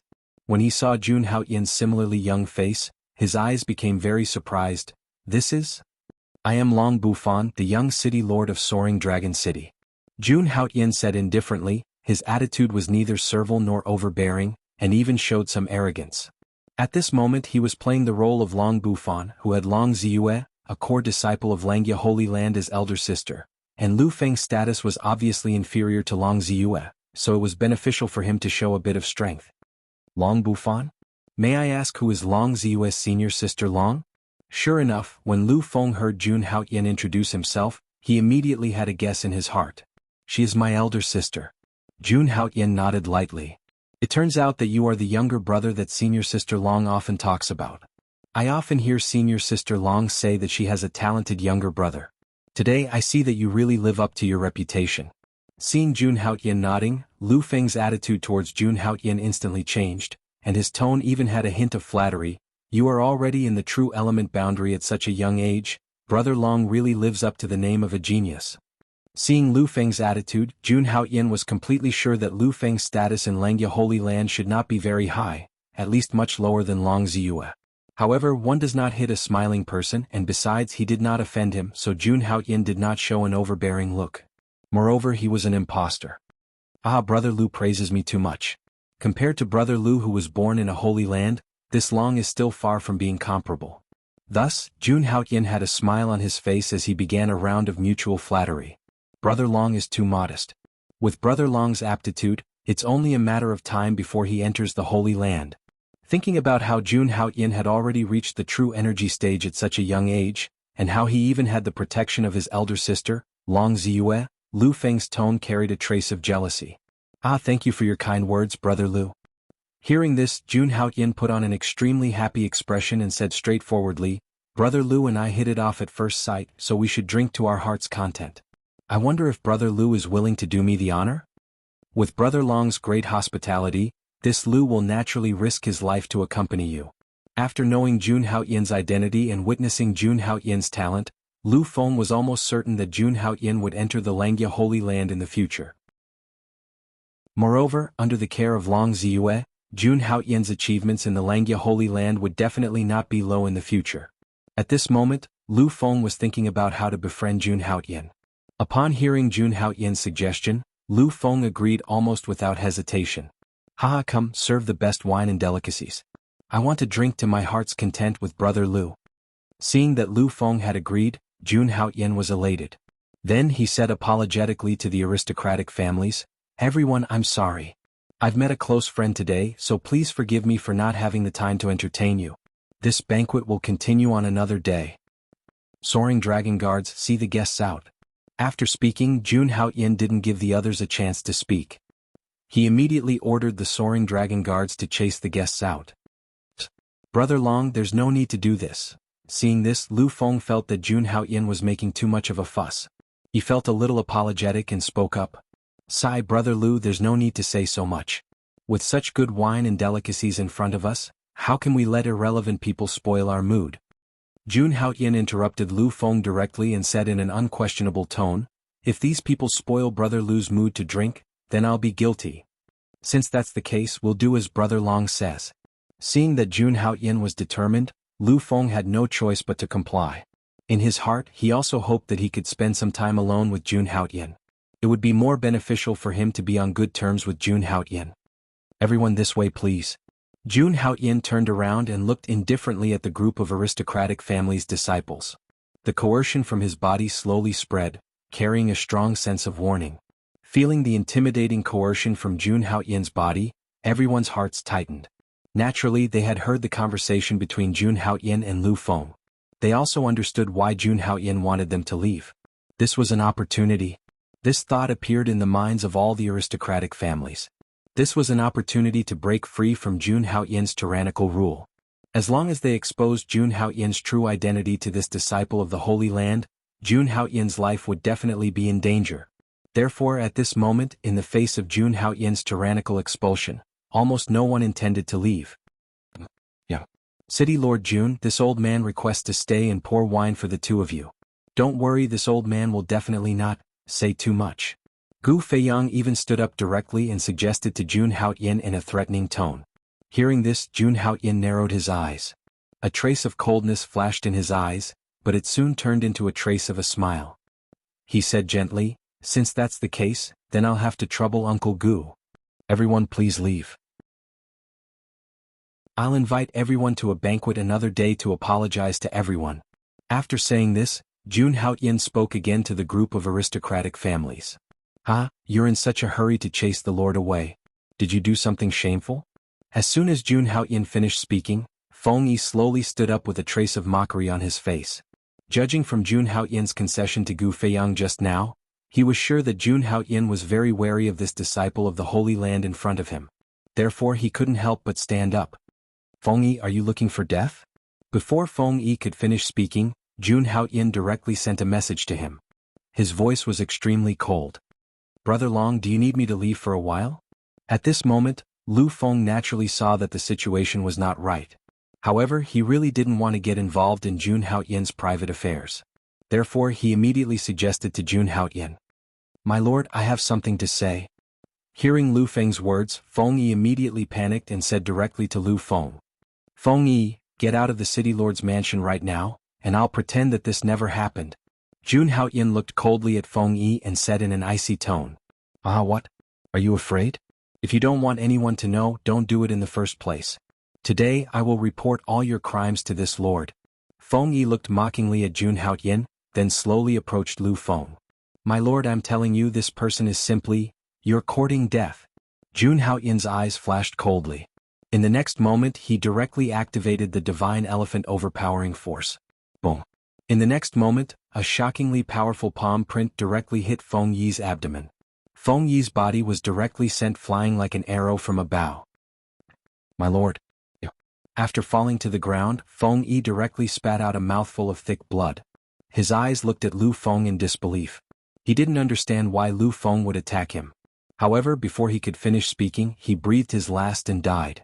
If someone were to examine his body, they would discover that his limbs and bones had all been shattered. The scene just now happened in an instant, and no one was able to react in time. Why would Lu Feng suddenly attack Feng Yi, and why would he attack so ruthlessly?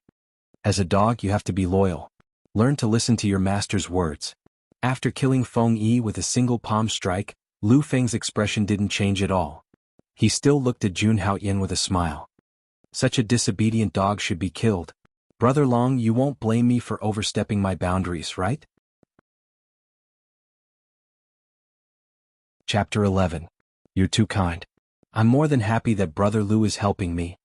At this moment, Jun Haoyin finally reacted. He hurriedly restrained the power in his body and pretended to be relaxed. I'm just afraid that I'll dirty Brother Lu's golden hands. He had originally planned to kill Feng Yi by force. However, he did not expect Lu Feng to suddenly kill Feng Yi. This indeed caught him off guard. However, Jun Haoyin thought about it and understood Lu Feng's intention. He was now Long Ziyue's younger brother. Lu Feng was probably trying to curry favor with him. Killing Feng Yi was probably to do him a favor. Hearing Jun Haoyin's words, Lu Feng was instantly delighted. He smiled and said, this person asked for it. I already said that we're going to drink to our heart's content. He's still chattering and ruining our mood. Don't worry, Brother Lu. I'll ask them to scram now. Hearing this, Jun Haoyin's tone became cold. He turned around and looked at the disciples of the aristocratic families who were still planning to leave. His expression became extremely cold. If you haven't left the city lord's mansion in 3 breaths' time, then you don't have to leave. The scene with Feng Yi just now had completely ignited Jun Haoyin's killing intent. If this group of people still did not know what was good for them, then they could not blame him for being merciless. Thud thud thud. As soon as Jun Haoyin finished speaking, Huang Sheng led the soaring dragon guards and approached the aristocratic families. He was ready to take action at any time. In fact, after witnessing Feng Yi's fate, the disciples of the aristocratic families had already lost their previous intentions. The geniuses from the sacred land were obviously not easy to get along with. They were just about to find an excuse to leave. Now that Jun Haoyin had given the order, they no longer hesitated and walked toward the city lord's mansion's main door. Uncle Gu, where are you going? Didn't you say that you wanted to stay and pour wine? At this moment, Jun Haoyin said coldly as he watched Gu Feiyang walk towards the door with the crowd. Right, look at me, I'm getting old and muddle-headed. Hearing this, Gu Feiyang's body stiffened. He forced a smile on his face and retreated dejectedly. Soon, all the disciples of the aristocratic families left, leaving only the soaring dragon guards, Jun Haoyin and the others. Since you two hit it off so well, then you two should get together when you're still young. At this moment, Jun Songlong walked over under Jun Haoyin's signal and said to the two of them with a smile. Nephew Lu, I still have some matters to attend to, so please excuse me. Jun Songlong looked at Lu Feng gently, then patted Jun Haoyin's shoulder and said, Bufan, take good care of him for me. Father, don't worry. I will definitely make Brother Lu drink until he is drunk. Jun Haoyin nodded and said cautiously. Governor Long, please take care. Lu Feng had always been humble towards Jun Songlong, so he did not dare to say anything and said respectfully, Come Brother Lu, let's drink and chat. After Jun Songlong left, Jun Haoyin pulled Lu Feng enthusiastically. After that, Jun Haoyin pulled Lu Feng to the table. Soon, a maid served them wine and delicacies. Gu Feiyang immediately took the wine pot from the maid's hand and poured wine for the two of them with a humble expression. Brother Lu, please? Jun Haoyin raised his wine cup and drained it in one gulp. His face was filled with pride. Brother Long is heroic. Soon, the two of them exchanged wine cups and the atmosphere gradually became lively. As far as I know, Langya Holy Land should be tens of thousands of miles away from Soaring Dragon City. I wonder why Brother Lu came to Soaring Dragon City from so far away? After drinking another cup, Jun Haoyin looked at Lu Feng and asked casually. Jun Haoyin was indeed curious. Why did Lu Feng come to Soaring Dragon City? Hearing this, Lu Feng was stunned for a moment. His face showed that he was unwilling to answer this question. If it is not convenient for Brother Lu to say, then forget it. Come, let's continue drinking. Seeing this, Jun Haoyin pretended to be relaxed and smiled. He then raised his wine cup and drank it in one gulp. Hey Brother Long, you are treating me as an outsider. There is nothing inconvenient to say. This time, Lu Feng instead felt somewhat apologetic. After muttering to himself for a moment, he slowly opened his mouth. Speaking of which, I want to ask Brother Long, is there an aristocratic family called Jun clan in Soaring Dragon City? Jun family? Jun Haoyin's eyes flashed with a peculiar light. He said with a somewhat surprised expression, Brother Lu came for Jun family? Jun family is one of the 4 great families of my Soaring Dragon City. After getting Jun Haoyin's confirmation, Lu Feng's face flashed with coldness. He asked again, then is there a genius called Jun Haoyin in Jun family? Jun Haoyin? Hearing this, Jun Haoyin's heart shook. This Lu Feng actually came for Jun Haoyin. Looking at Lu Feng's expression, he seemed to be an enemy of Jun Haoyin. The enemy of my enemy is my friend. Perhaps I can develop this Lu Feng into an ally. Yes, there is indeed such a person. Jun Haoyin's heart was filled with thousands of thoughts. However, his expression remained unchanged as he affirmed. Then I am looking for Jun family. Lu Feng nodded. His eyes flashed with coldness. Brother Lu, do you want to deal with Jun family? Jun Haoyin looked at Lu Feng and bluntly asked. Yes, I came to Soaring Dragon City on the orders of a senior brother. The purpose is to eliminate Jun family. Eliminate Jun family? Jun Haoyin's eyes flashed with a dangerous expression. However, it quickly disappeared. Yes, this Jun family shouldn't have any relationship with Brother Long. Lu Feng said. Soon after, he seemed to have thought of something. He looked at Jun Haoyin and slowly asked. No, to be honest, this Jun family has always relied on their position as the head of the 4 great families of Soaring Dragon City. They don't even put my City Lord mansion in their eyes. I have long wanted to make a move against them. Hearing this, Jun Haoyin's face revealed a smile. His words clearly showed his disgust for Jun family. Gu Feiyang, who was pouring wine, heard Jun Haoyin's words. The corner of his mouth couldn't help but twitch. He looked at Lu Feng with a strange expression. That's good. I will help Brother Long get rid of this big problem. Hearing Jun Haoyin's words, Lu Feng's face revealed a trace of happiness. He laughed heartily. Then I will thank Brother Lu first. Jun Haoyin heard this. He raised his wine cup and drank it in front of Lu Feng. Soon after, his tone changed and he slowly said, However, I would like to take the liberty to ask, who ordered Brother Lu to eliminate Jun family? Jun family is just a small family. How could they provoke the powerhouses of the Holy Land? Lu Feng's face revealed a trace of difficulty. It seemed that he was unwilling to reveal the origin of that person. Oh, look at me. I, Long Bufan, don't have the qualifications to know such a big secret. Come, Brother Lu, let's continue drinking. We won't leave until we are drunk. Seeing this, Jun Haoyin rolled his eyes. Soon after, a trace of self-ridicule appeared on his face as he said with flagging interest. Alas, forget it, forget it. In any case, Brother Long is not an outsider. There is no harm in telling you. Lu Feng said somewhat helplessly. Hearing this, Jun Haoyin couldn't help but raise the corner of his mouth. This Lu Feng was really a quick person. Chapter 12. Actually, I have 2 goals for this trip. The first is to capture Jun Songlong, the head of the Jun family. The second is to kill Jun Haoyin. Lu Feng lowered his voice as he spoke to Jun Haoyin in an extremely secretive manner. Oh. Upon hearing this, Jun Haoyin stared deeply at Lu Feng and asked in surprise, "Did the Jun family offend someone from the Langya sacred ground?" "That's right." Lu Feng nodded and continued speaking in a low voice. "This matter involves the conflict between the factions of the disciples of the Langya sacred ground. Jun Songlong is related to the faction of one of the geniuses in the sacred ground, so a senior brother asked me to capture him and force the genius to side with him. As for Jun Haoyin, he offended that senior brother of mine. Only death awaits him." At the mention of Jun Haoyin, Lu Feng's tone suddenly turned cold. Recalling senior brother Qi's order when he left the sacred ground, Lu Feng swore to himself that he would definitely get rid of Jun Haoyin. How dare he steal senior brother Qi's woman? He must be tired of living. Related to the faction of one of the geniuses? Could it be Jun Moyo? Jun Haoyin naturally did not know what Lu Feng was thinking. After hearing Lu Feng's words, his mind was filled with thoughts. The only person who could contact his father was the sister of this body, Jun Moyo, who was in the Langya sacred ground. As for Jun Haoyin, how did he offend someone from the Langya sacred ground?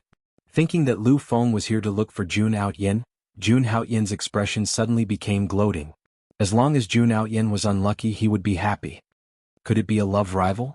Thinking that Long Ziyue, the suspected female lead, was in the Langya sacred ground, Jun Haoyin suddenly had such a thought. In most cliché novels, the female lead was usually in high demand. Wherever she went, she would attract a wave of admiration from geniuses. At this time, the female lead would express that her heart already belonged to someone else, and at the same time, create a wave of enemies for the male lead. Could it be that the senior brother behind Lu Feng was Jun Haoyin's rival in love? So he sent Lu Feng to kill Jun Haoyin?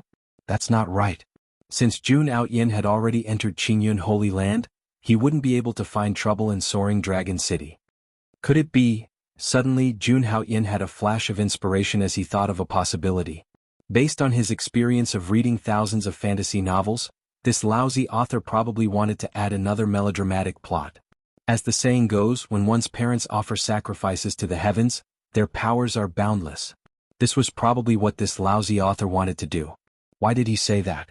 According to the original plot, Jun Songlong should have died, Jun Haoyin should have escaped, and Jun Wuhui should have succeeded as the head of the Jun family. Now that Lu Feng had come to Soaring Dragon City to look for the Jun family, how could Jun Wuhui survive? This author is really a genius. Serves him right to be a flop. With Brother Lu's strength, he can destroy the Jun family with a flip of his hand. It's not worth mentioning. Jun Haoyin secretly complained in his heart, but a strange smile appeared on his face. He raised his wine glass to Lu Feng again. Yes, it's just a small family in the mortal world. It's indeed not worth mentioning. Lu Feng nodded in agreement. At the same time, he persuaded Jun Haoyin, with Brother Long's aptitude, you should enter the Holy Land as soon as possible to cultivate. Yes, Brother Lu is right. I'm preparing to join the Holy Land soon. Jun Haoyin nodded in agreement. The smile on his face became more and more strange. Come, Brother Lu, let's toast again. Congratulations on your rebirth soon. Lu Feng raised his wine glass and was about to drink it in one gulp. However, he felt that something was wrong. Rebirth? Lu Feng had a vague premonition in his heart. Just as he was about to ask, he saw Jun Haoyin directly hit him with his palm. The divine elephant overpowering force was activated to the extreme. Jun Haoyin attacked with all his strength. The two of them were originally close to each other, and Lu Feng was not prepared, so he was directly hit in the chest by Jun Haoyin's palm. Crack. The force of 500,000 Jin was terrifying. Even Lu Feng, an expert of True Energy Stage 4, was sent flying dozens of meters. His chest was also caved in by Jun Haoyin's palm. After falling to the ground, Lu Feng spat out a mouthful of thick blood. Some of his internal organs could even be seen. Long Bufan, what is the meaning of this? Lu Feng's body trembled. His eyes were bloodshot, and a monstrous anger and killing intent surged from the bottom of his heart. What's wrong? Are you angry? Seeing this, Jun Haoyin's pitch-black eyes flashed with a hint of mockery. He chuckled and said, since we drank together just now, I'll let you die in peace. Jun Haoyin narrowed his eyes and a faint smile appeared at the corner of his mouth. Actually, I'm not Long Bufan. My surname is Jun. What? You're not Long Bufan? Hearing this, Lu Feng's pupils shrank. He was greatly shocked. Your surname is Jun? You're from the Jun family. Are you Jun Haoyin? No, this is the city lord's mansion. How could you be here? Suddenly, Lu Feng thought of something and said angrily, Who are you? Why are you so cruel? I'm a disciple of the Langya Holy Land. You'd better consider the consequences of killing me. Hee, the city lord's mansion. I've already killed everyone in the city lord's mansion. Jun Haoyin said casually. I'm in charge of the city lord's mansion now. What? Hearing this, Lu Feng was shocked again. His face was ferocious as he said sternly, You're finished. Do you know who's behind the city lord's mansion? You deserve to die. You don't have to worry about that. Alright, I've said what I wanted to say. Now, let me send Brother Lu on his way. Jun Haoyin said as he circulated the divine elephant overpowering force to the maximum. The shadow of an immemorial mammoth floated behind him. Brr. The immemorial mammoth roared and a boundless force of suppression swept towards Lu Feng. Jun Haoyin, aren't you a little too arrogant? Lu Feng's face darkened when he felt the pressure. Although he was severely injured, Lu Feng was confident that he could deal with Jun Haoyin with his cultivation of true energy stage 4. Just now, Jun Haoyin had only launched a sneak attack. Arrogant? Jun Haoyin chuckled. His words were full of confidence. He narrowed his eyes and looked coldly at Lu Feng. You overestimate your own strength. Before he finished speaking, Jun Haoyin's figure disappeared and appeared in front of Lu Feng in the next moment. He rushed towards Lu Feng with a boundless force of suppression. How is this possible? Your strength? When Jun Haoyin arrived with a monstrous force of suppression, Lu Feng felt as if a mountain was pressing down on him. He was shocked. Lu Feng spat out another mouthful of blood, accompanied by minced flesh. Jun Haoyin was merciless. A cold smile appeared on his face as he imprinted his palm onto Lu Feng's dantian. You destroyed my dantian. You're vicious. Chapter 13. Lu Feng's face was contorted with malevolence and hatred. He stared at Jun Haoyin with bloodshot eyes. You piece of trash, you actually destroyed my dantian. I'm going to tear you into pieces. After painstakingly cultivating for more than 10 years, Lu Feng had never thought that he would be crippled in a single day. He was originally a genius of the Holy Land, but now he had become a good-for-nothing. How could he accept such a difference? Brother Lu, you don't have to be like this. Seeing Lu Feng's unwilling expression, Jun Haoyin sighed faintly and said matter-of-factly, As a tool, your fate has always been bleak. I'm just helping you get rid of it in advance. Actually, if he hadn't transmigrated, this body of his would be the same as Lu Feng's. They would both be small characters that only appeared briefly in the author's pen. Helping me get rid of it? Then shouldn't I thank you properly? Although Lu Feng didn't understand the meaning behind Jun Haoyin's words, he still said with a face full of hatred. You should indeed thank me, but I don't think you'll have the chance. Looking at Lu Feng, Jun Haoyin's pitch-black eyes reflected a cold light that was impossible to see through. Gu Feiyang, kill him. Hearing this, Gu Feiyang, who was already stunned by Jun Haoyin, immediately quivered. He looked at Jun Haoyin in astonishment. Young Master Jun, you want me to kill him? That's right. Jun Haoyin nodded indifferently. No, I can't kill him. Gu Feiyang looked at Lu Feng, whose dantian had been destroyed, and immediately shook his head and refused. The person in front of him was from the Langya Holy Land. If he killed him, and the Langya Holy Land investigated in the future, then his Gu family would be finished. Today either you kill him or I kill both of you. Hearing this, Jun Haoyin pursed his lips slightly. In an instant, his originally gentle face was slowly filled with a sense of coldness, and his eyes gradually surged with traces of coldness. It's up to you. Young Master Jun. Hearing this, Gu Feiyang looked at Jun Haoyin with some fear. However, when he saw the coldness radiating from Jun Haoyin's body, he didn't dare to say anything. As the head of the Gu family, Gu Feiyang naturally knew why Jun Haoyin wanted him to personally kill Lu Feng. It was just to shut his mouth so that today's matter could not be spread out. Thinking up to this point, Gu Feiyang felt a wave of regret. Why did he suggest to stay? With Jun Haoyin's ruthlessness, if he refused his request, he would never be able to walk out of the city lord's mansion. The silence lasted for a while, and the air seemed to have frozen. Finally, Gu Feiyang took a deep breath and said in a hoarse voice, "Fine, fine, I'll kill, I'll kill."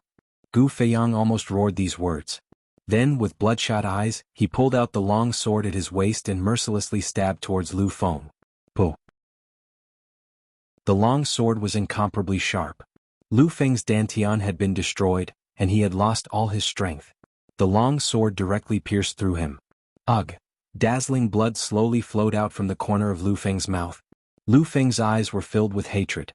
He stared fixedly at Jun Haoyan and said word by word, "You with the surname Jun, just you wait. Senior brother Qi will avenge me." After saying this, the vitality in Lu Feng's body quickly drained away and he slowly fell to the ground. "Senior brother Qi, huh?" Jun Haoyan grinned and looked at Lu Feng's corpse. A bloodthirsty light flashed in his eyes. "Oh wait." In the next moment, two golden flames suddenly appeared in Jun Haoyan's eyes. Then Lu Feng's corpse mysteriously combusted and quickly turned into ashes. "Brother Lu, rest in peace."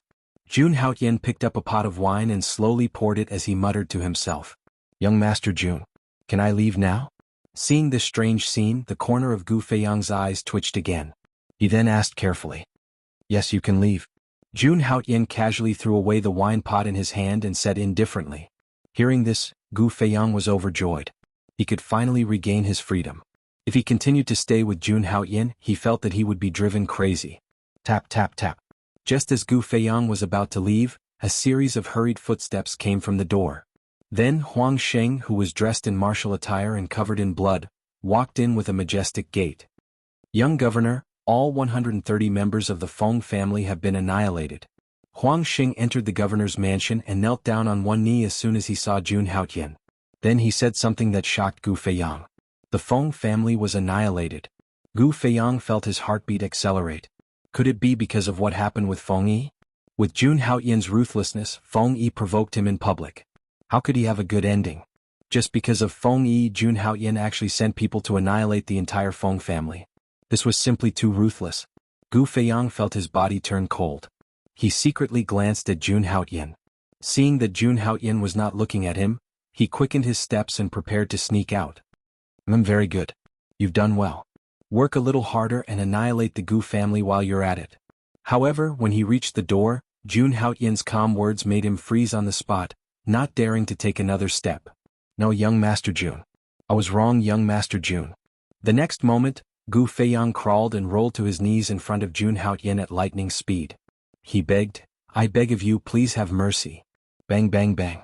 Gu Feiyang frantically kowtowed to Jun Haoyan. He did not care that his forehead was bleeding profusely from the kowtow.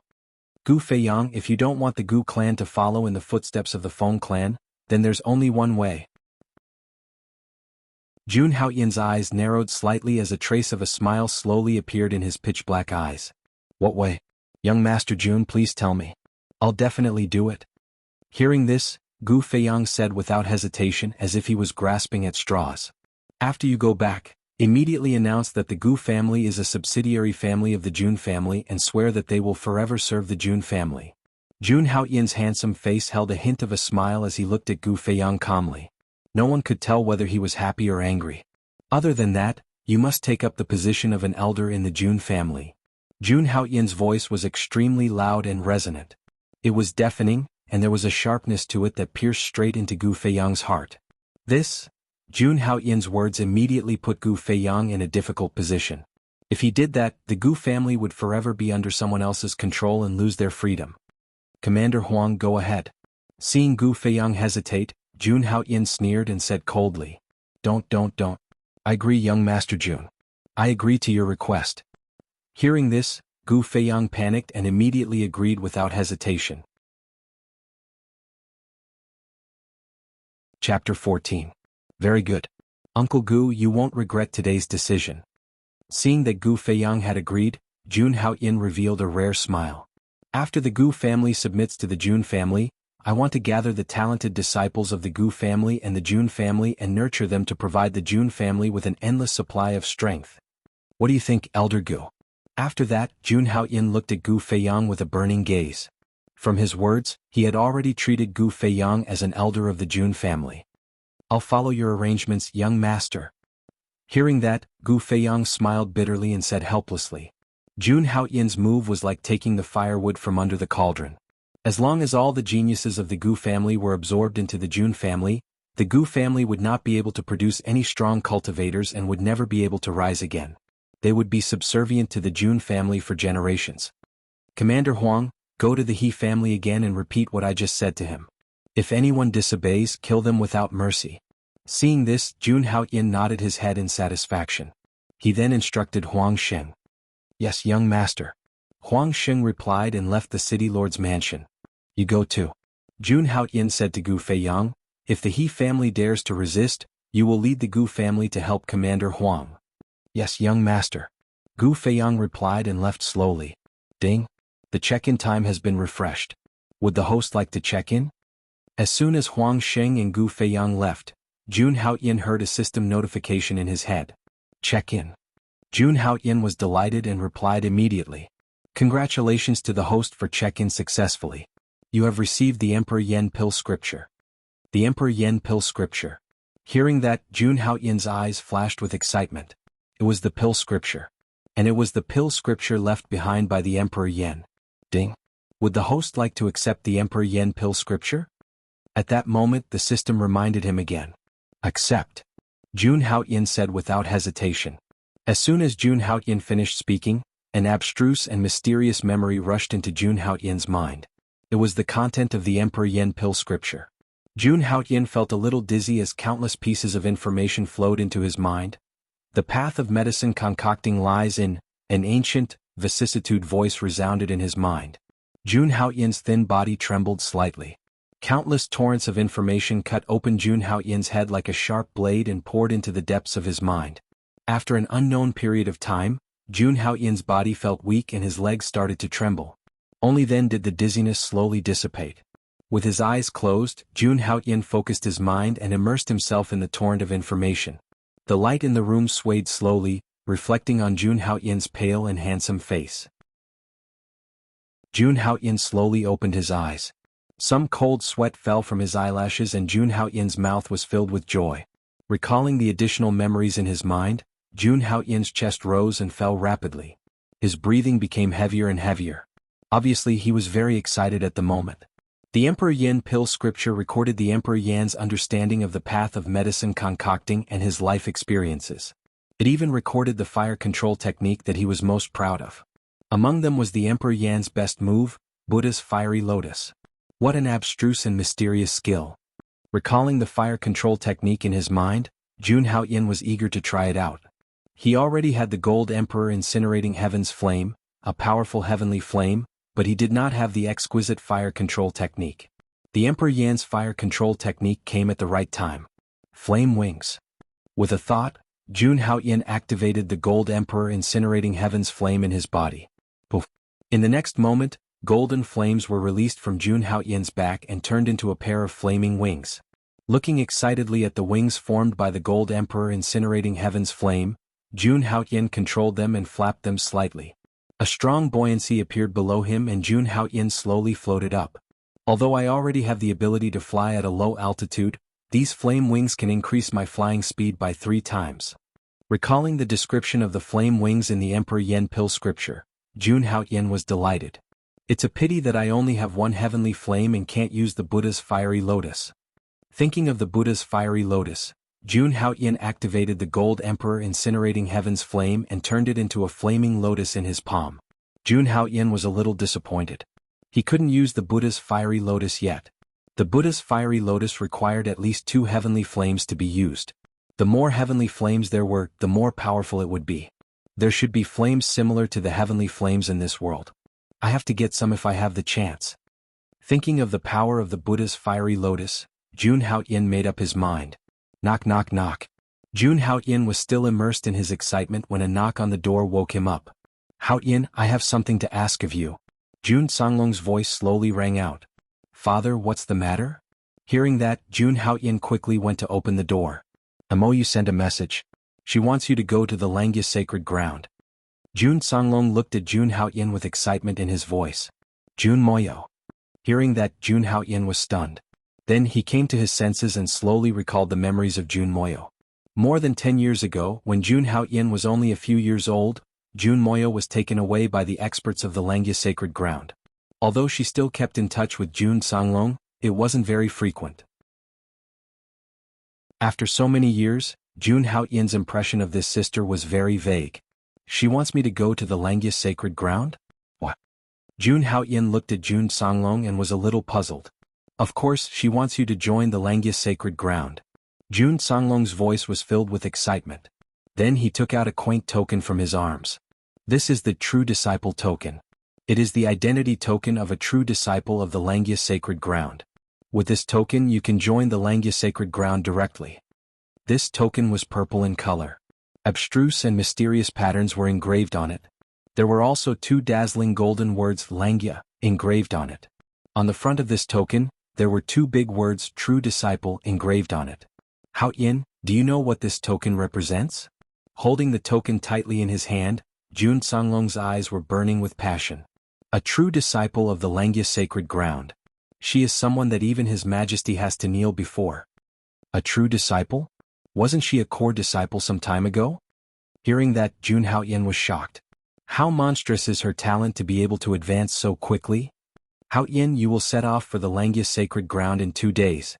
Go find MOU and join the Langya sacred ground directly. Looking at June Haoyin, June Songlong said in a serious tone. This decision was unanimously made by him and the elders of the June family. Although the June family had just swallowed Soaring Dragon City, they were afraid that there would be strong people coming to attack them. They needed a legendary true energy realm powerhouse like June Haoyin to hold the fort. However, with June Haoyin's talent, staying in this small Soaring Dragon City was undoubtedly a waste of time. Only a place like the Langya sacred ground was a stage for peerless geniuses like June Haoyin. Chapter 15.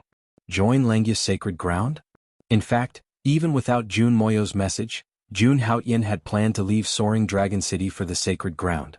Soaring Dragon City was too small after all. Only by joining the sacred ground where geniuses gathered, could he improve his strength quickly. Besides, Long Ziyue and June Haoyin had already become disciples of the sacred ground. Their cultivation would definitely improve rapidly. If he did not join the sacred ground, how could he fight with them in the future? Originally, June Haoyin had not decided which sacred ground to join. Now that the Langya sacred ground had June Moyo as a true disciple, June Haoyin would definitely choose to join the Langya sacred ground. Okay, I will leave for Langya sacred ground in 10 days. June Haoyin pondered for a moment and agreed. But during this time, Father, you have to help me prepare these things. I have great use for them. June Haoyin took out a list and handed it to June Songlong. Black blood ginseng, 100 spirit leaf, turtle-shaped grass. Haoyin, why do you need so many herbs? Hearing this, June Songlong took the list and looked at it carefully. After a while he was puzzled. Of course, to refine pills. June Haoyin did not hide it and said bluntly. He was refining pills for the June family. Even if he wanted to hide it, he could not. By the way, I also need a pill cauldron. Father, I want the best pill cauldron in the city. With the June family's current strength in Soaring Dragon City, it was enough to meet June Haoyin's requirements. Refining pills? When did you learn to refine pills? Hearing this, June Songlong looked at June Haoyin suspiciously. He could not believe it. After all, being an alchemist was a very rare profession. This has something to do with my awakened spiritual body. Hearing this, June Haoyin talked about spiritual body again. In the martial god continent, extraordinary bodies had all kinds of strange effects. Among them, there was a spiritual body called Elixir Spiritual Body that helped in refining pills. Sigh, I can't see through you anymore. However, June Songlong was not so easily fooled. He looked at June Haoyin and did not ask further. He just sighed and said, you should have your own opportunities. I won't get to the bottom of it.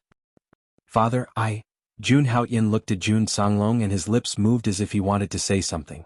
It doesn't matter. Now that my wings have hardened, it's time to fly.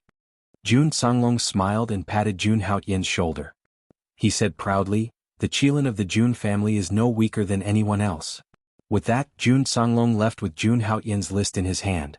June Haoyin looked at June Songlong's back with a complicated expression. A moment later, June Haoyin turned around and entered his room to cultivate in seclusion again. During this seclusion, June Haoyin did not cultivate the divine elephant overpowering force. Instead, he carefully studied the alchemy techniques in his mind. For the safety of the Jun family before he left, he had to improve the overall strength of the Jun family. At the very least, he had to get a few true energy realm martial artists to guard the Jun family. The countless alchemy formulas in his mind were undoubtedly the best way to improve the strength of the Jun family. In a cold valley in the Qingyun holy ground, on top of a giant peak, a waterfall that looked like the Milky Way fell from above. The loud rumbling sound caused the entire valley to shake slightly. The force of the waterfall was extremely terrifying. At this moment in the waterfall, on a smooth mountain rock, a tall figure sat upright. He allowed the waterfall to hit his body, but his body did not move at all. At this moment, a man stepped on a gentle breeze and tore through the water flow. He gently landed on a mountain rock in the distance. When he saw the young man who was training, some hesitation appeared on his face. Soon after, he quietly stood by the side as if he wanted to wait for the young man to finish his training. "What's the matter? Didn't I tell you not to disturb my cultivation if there's nothing important?" A cold voice rang out in the midst of the rumbling. Although the voice was low, it carried a powerful penetrating power. The man immediately bowed and said respectfully, "Senior Brother Aotian, I've made some inquiries. An ancient ruin is about to appear in the east. Is that the opportunity you're looking for?" Whoosh, whoosh. An incomparably vigorous aura swept out from the young man's body, and the waterfall that was crashing down from above was actually dispersed by this aura.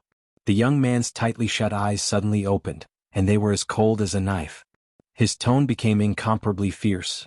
"The birth of an ancient relic? Is this news accurate?" "It's absolutely true." The man was very certain. He looked at the young man with a fierce look in his eyes and said softly, "This news is very secretive. Since you asked me to keep an eye on the east, I sent many people there. That's why I got the news so quickly." The young man was startled. Then he said with relief, "With Master's cultivation, since he said that I have an opportunity in the east, then it's probably true. With Senior Brother's strength and luck, you'll definitely reap the greatest harvest from this ancient relic." The man looked at the young man with eyes full of fanaticism. Although Senior Brother Aotian came from a small place called Soaring Dragon City, his martial talent was top-notch. After entering the Holy Land for half a month, he successfully won the first place in the outer court competition and was promoted to an inner court disciple. After becoming an inner court disciple, Senior Brother Aotian challenged many inner court disciples one after another and showed his invincible fighting strength and comprehension. Finally, the name of Senior Brother Aotian spread to the ears of an elder of the Holy Land, and he personally accepted him as a disciple. So far, Senior Brother Aotian was promoted to a core disciple again. As long as he successfully broke through to Yuandan realm, he would be able to enjoy the treatment of a true disciple. I want to see what kind of opportunity is waiting for me in this ancient relic." The young man's tall and straight body was like an unsheathed sword. He raised his head with a hint of a smile on his face. In his pitch-black eyes, there was a vague sense of sharpness that could break through the clouds. "Since Master is so attentive, this opportunity should be enough to greatly increase my strength," the young man muttered to himself. His words were full of confidence. He narrowed his eyes and coldly looked at the distant mountain. "I hope this ancient relic won't disappoint me too much. It's best if it can help me break through to Yuandan realm in one fell swoop." Chapter 16. Great Yen Empire. Imperial Capital. Deep in the palace. Snow Feather Pavilion. In a magnificent palace, a young girl in the prime of her youth was sitting cross-legged on a soft couch made of golden silk with her eyes closed. The girl was dressed in white and her black hair danced in the wind. Her skin was as white as jade, and she had an innate noble and elegant temperament. Although the girl was young and looked like she was only 16 years old, her aura was shocking. The peak of the Qi condensation realm. At the age of 16 she was already at the peak of the Qi condensation realm. Even the disciples of the sacred grounds were not inferior to her. Nailan Shui. The girl's name was Nailan Shui, and she was the princess of the Great Yen Empire. She was once praised by the current emperor as the #1 genius of Great Yen. When Nailan Shui was 14 years old, the Jade Lake Sacred Ground, which was also one of the 7 sacred grounds, had extended an olive branch to her. They said that as long as Nailan Shui broke through to the true energy realm, she could directly enter the Jade Lake Sacred Ground and become a core disciple. When the news spread, the entire nation was shocked. With Nailan Shui's talent, it was only a matter of time before she broke through to the true energy realm. It could be said that as long as Nailan Shui did not die, she was almost guaranteed to become a core disciple of the Jade Lake's sacred ground. At this moment in the Snow Feather Pavilion, Nayland Schwer's eyes were closed. Waves of extremely dense energy surged out of her body. It was like a trickle at first, but now it was like a vast ocean. Bang, bang, bang. After an unknown period of time, a dull sound suddenly sounded from Nayland Schwer's body. Nayland Schwer's aura also skyrocketed, becoming denser and denser. Bang. After the last loud and powerful dull sound, Nayland Schwer slowly opened her eyes. Her eyes, which were as deep as the night sky, shone brightly, and her aura was long and dense. Huff. Half a step to the true energy realm. Although she had successfully broken through, Nayland Schwer's delicate face was still a little dissatisfied. Looks like I won't be able to break through in a short time. Since her rebirth, she had broken through 3 realms in just half a month. To others, this was simply unbelievable. But to Nayland Schwer, this was just a recultivation. It's time to go out and search for opportunities. Nayland Schwer frowned and muttered to herself, breaking through to the true energy boundary is imperative. There's only 1 year left until the 3-year agreement. I must enter the Jade Lake's sacred ground as soon as possible. A moment later, Nayland Schwer made her decision. After pondering for a while, she had a goal. I remember that the ruins in the east appeared around this time. Moreover, in his previous life, Jun Outyin obtained a heaven-defying opportunity in these ruins. From then on, he soared to the sky and broke through to the Yuandan stage. When Jun Outyin's name was mentioned, the girl's bright eyes flashed with a cold, killing intent. Jun Outyin, I will make you suffer a crushing defeat in this life. Soaring Dragon City. City Lord's Mansion. At this moment, in Jun Outyin's room, a table was piled with medicinal herbs. Jun Songlong's action was very fast. Coupled with the current Jun family's power in Soaring Dragon City, all the medicinal herbs on the list were collected in just 3 days. After classifying all the medicinal herbs according to the pill formula, Jun Outyin clapped his hands and smiled bitterly. Looks like I'll have to work hard for a few days. Sigh, I'll just treat it as practice. It's a good time to practice the pill refining technique in my mind. With a sigh, Jun Outyin's mind moved and a golden flame slowly emerged from his palm. It was the Gold Emperor's Heaven Incinerating Flame. The Heavenly Flame and the Flame Emperor's pill scripture were a perfect match. With a flick of his finger, the Gold Emperor's Heaven Incinerating Flame was flicked into the cauldron by Jun Outyin. In the next moment, the golden flame immediately turned into a raging flame, rising and burning in the cauldron. Looking at the rising golden flame, Jun Outyin slowly calmed his mind and recalled the pill refining technique in the Pill Emperor's Heart Sutra. Moments later, Jun Outyin slowly opened his eyes. Soon after, his fair fingers flashed across the surface of the table as if he was picking flowers and leaves. Medicinal ingredients drew an arc in the air as they were thrown into the pill cauldron. In an instant, they turned into powder. In the incomparably quiet room, the golden flame jumped like a spirit. The sparks were reflected on the wall, baring their fangs and brandishing their claws. As the medicinal herbs were slowly thrown into the cauldron by Jun Outyin, they turned into different kinds of medicinal liquid. Under Jun Outyin's control, they slowly began to fuse. An hour later, Jun Outyin's eyes were fixed on the pill in the cauldron that had already begun to take shape. With a thought, he began to form various hand seals according to the Pill Emperor's Heart Sutra. In the next moment, the Gold Emperor's Heaven Incinerating Flame instantly disappeared. Jun Outyin hurriedly walked over. However, just as he approached the cauldron, Jun Outyin's face slightly changed. Soon after, a slight muffled sound rang out and a pile of black ashes slid out from the bottom of the cauldron. I failed. Looking at the black ashes, Jun Outyin frowned and his face turned ugly. Could it be that I was too impatient? I was too eager to succeed and ended up making a fool of myself? Jun Outyin was not a person who gave up easily. After a moment, he concluded the reason for his failure. Thinking of this, Jun Outyin slowly closed his eyes. In his mind, he kept recalling the contents of the Flame Emperor's Heart Sutra. His mind also slowly relaxed and became calm.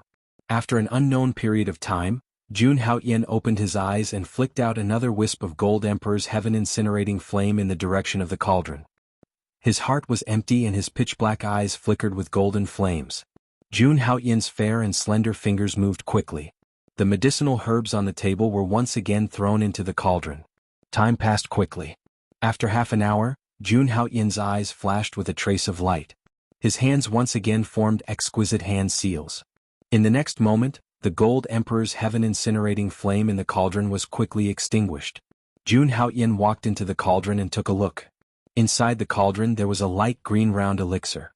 A strong elixir fragrance filled the air. Phew! I finally succeeded. Wiping away the cold sweat on his forehead, Jun Haoyan let out a long sigh of relief. Reaching his hand into the cauldron, Jun Haoyan slowly took out the elixir. The corner of his mouth was a little happy. This elixir was called the barrier-breaking elixir. It could help a martial artist break through from the peak of the Qi condensation realm to the true energy realm. With this barrier-breaking elixir, Jun Haoyan was confident that the Jun family would have a few more true energy realm martial artists to hold the fort. Jun Haoyan put the barrier-breaking elixir into a jade bottle and sat cross-legged on the bed at the side to rest for half an hour. Then, he stood up again and went to the table to continue refining. For the next few days, Jun Haoyan did not step out of the door. He was holed up in his room refining elixirs like crazy. Soon, all the medicinal herbs in the room were refined by Jun Haoyan. There were more than 10 bottles of elixirs on the table. A faint medicinal fragrance faintly permeated the air, making one feel refreshed. It's time to come out of seclusion. Chapter 17. Haoyan, you're out of seclusion? Jun Songlong looked at Jun Haoyan in front of him and said in surprise. These days, Jun Haoyan locked himself in the room and did not step out of the door. Naturally, Jun Songlong was worried. Yes. Jun Haoyan smiled and took out a jade bottle and handed it to Jun Songlong. Father, quickly take this bottleneck-breaking pill. I'll protect you. Bottleneck-breaking pill? This is the pill that you refine these days? Hearing this, Jun Songlong took the jade bottle and said in surprise. He thought that Jun Haoyan was just playing around. He did not expect that he was really refining pills. Yes. Jun Haoyan said with a smile, although this bottleneck-breaking pill is not of a high grade, it has a miraculous effect on martial artists below the true energy realm. It can forcibly raise a martial artist below the true energy realm by 1 level. What? As soon as Jun Haoyan said this, Jun Songlong, who was not taking it seriously, was shocked. Haoyan, do you think this? Jun Songlong opened the jade bottle and looked at the crystal-clear longan-sized pill inside. He did not believe that this pill could help him break through. Father, if you don't believe me, why don't you give it a try? Jun Haoyan knew that it was useless to explain before he took the pill, so he immediately suggested. Okay. Hearing this, Jun Songlong said straightforwardly. Although he had some doubts about Jun Haoyan's alchemy skills, he absolutely believed that Jun Haoyan would not harm him. Then he took the jade bottle and entered the room. Jun Haoyan waited outside to protect him.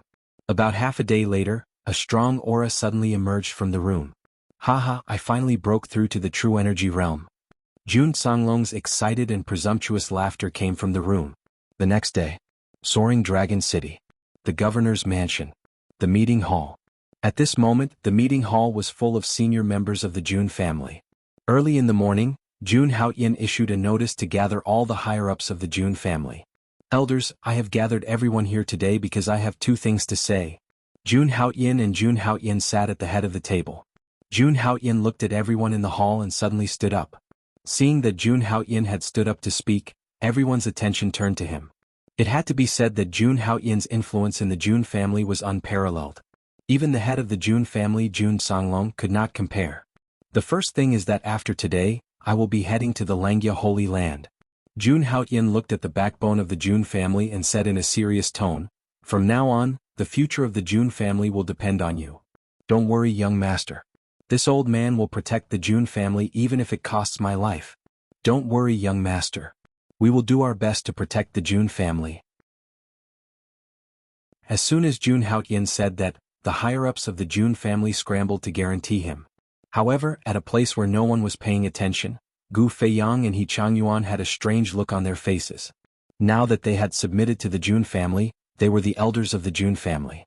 When they heard Jun Haoyan's words, their eyes flashed with joy. I'm relieved to hear that. Seeing that, Jun Haoyan nodded in satisfaction.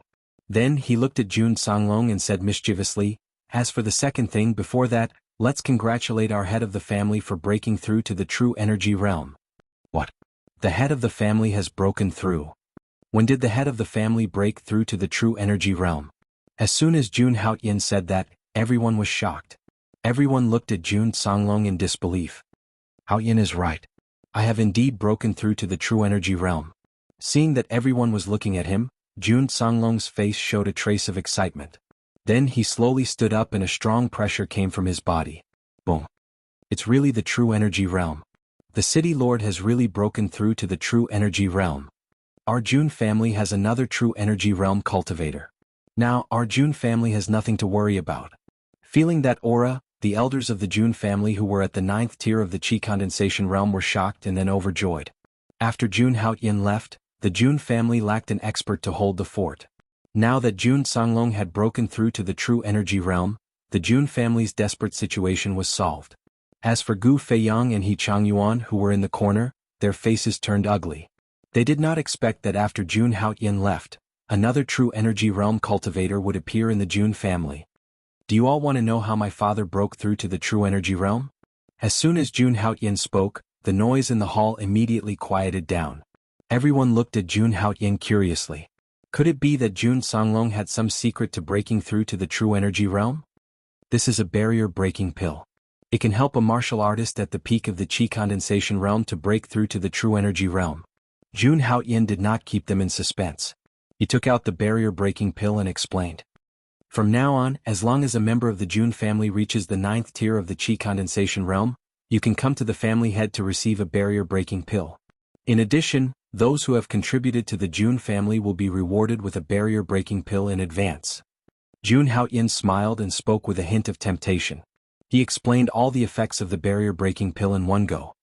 Of course, if you feel that your talent is limited and cannot break through, you can also take the barrier-breaking pill in advance. Each person can only take one barrier-breaking pill. Taking more will have no effect. Following Jun Haoyin's explanation, the upper echelons of the Jun family looked at the jade bottle in Jun Haoyin's hand with a burning gaze. Barrier-breaking pill. Below the true energy realm, one could break through to any realm. This was a miracle medicine. In the mortal world, even medicinal pills were rare, let alone pills like the barrier-breaking pill that could forcefully raise one's cultivation. Everyone looked at Jun Haoyin's barrier-breaking pill and had the urge to snatch it. Kiki, don't worry. I have plenty of barrier-breaking pills. Feeling everyone's desire, Jun Haoyin smiled faintly and took out all the barrier-breaking pills. Next, I will give a barrier-breaking pill to each of those who have reached the high levels of the Qi condensation realm.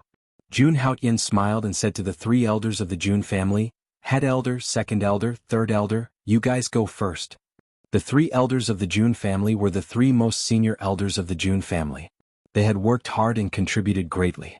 The head elder was at the 9th tier of the Qi condensation realm, while the second and third elders were at the peak of the 8th tier. Many thanks to the young master. The 3 elders of the Jun family took the barrier-breaking pills from Jun Haoyin's hands, their old faces filled with excitement. They had been stuck at this level for more than 10 years. Now that they could see the hope of breaking through, how could they not be excited? Elders, this is what you deserve. Jun Haoyin smiled and said to the people below, Commander Huang, come forward. Huang Sheng, who had been looking at the 3 elders of the Jun family with envy, was suddenly excited. Thank you, young Master Jun. He ran forward quickly and took the barrier-breaking pill from Jun Haoyin's hands, his face full of gratitude. At this moment, he felt that his efforts had not been in vain. You've worked hard all this time. Looking at Huang Sheng, Jun Haoyin's lips curled into a strange smile. His gaze turned to Gu Feiyang and He Changyuan, who were looking at him from the corner. He said slowly, Elder Gu, Elder He, please come forward as well. Chapter 18. Hearing Jun Haoyin's words, Gu Feiyang and He Changyuan were dumbfounded. Both of them had a share of the bottleneck-breaking pill. Thank you, young master. After regaining their senses, the 2 of them immediately rushed to Jun Haoyin and thanked him sincerely. They stared at the bottleneck-breaking pill in Jun Haoyin's hand with a burning gaze. Although both of you have just entered the Jun family, I won't be biased. I hope that both of you will serve the Jun family well in the future. Jun Haoyin looked at the 2 of them and said with a gentle expression, Of course, of course. Gu Feiyang and He Changyuan quickly agreed. Seeing this, Jun Haoyin smiled strangely and gave them the bottleneck-breaking pill. Seeing this, Jun Songlong frowned but did not say anything in the end. Alright, that's all for today. In the end, Jun Haoyin gave all the remaining bottleneck-breaking pills to Jun Songlong and said to everyone, From now on, everyone should work hard in cultivation and contribute to the family. As long as your cultivation reaches the high level of qi condensation, you can apply for a bottleneck-breaking pill from the family head. Hearing this, although the rest of the people who did not get a bottleneck-breaking pill were disappointed, at least there was a glimmer of hope.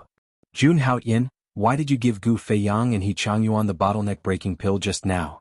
You should know that the two of them, after leaving the meeting hall, Jun Songlong finally could not help but ask Jun Haoyin. The two of them are disloyal, aren't they?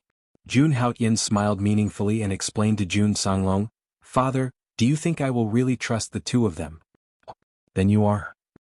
Hearing this, Jun Songlong looked at Jun Haoyin in confusion. Their bottleneck-breaking pills are naturally different from the others. I added something inside. Jun Haoyin smiled playfully, as long as they take the bottleneck-breaking pill, their lives will forever be in my hands. Father, this is the antidote. Jun Haoyin took out a medicine bottle from his bosom and said coldly, if they dare to be disloyal, you can punish them as you wish. I knew you wouldn't be so kind. Seeing the bottle in Jun Haoyin's hand, Jun Songlong couldn't help but laugh out loud. The next morning, all the higher-ups of the Jun family gathered in the square of the city lord's office once again. At this moment, their attention was all gathered together and they were looking in the same direction. In the center of the square, Jun Haoyin's white robes fluttered in the wind, making him look like a celestial being. Haoyin, don't worry and go. The Jun family has me, so there's no need to worry. Jun Songlong patted Jun Haoyin's shoulder. Although he said that, there was a strong reluctance in his tone. Young master, don't worry and go roam the world. Soaring Dragon City won't be able to hold a true dragon like you, but with us old men looking after the Jun family, nothing will happen to them. The three elders of the Jun family looked at Jun Haoyin with eyes full of gratification. It was the Jun family's fortune to have a Qilin like him. Everyone take care of yourselves. Jun Haoyin smiled when he heard everyone's comforting words. He didn't know when he would be able to return to Soaring Dragon City. He looked into the void and saw a huge demonic bird suspended in the sky. This demonic bird was the one that Lu Feng rode on that day. This demonic bird seemed to be specially tamed and used as a mount. Its bestial nature had long disappeared. After Lu Feng's death, Jun Haoyin tamed it effortlessly. The journey to Langya Holy Land was long.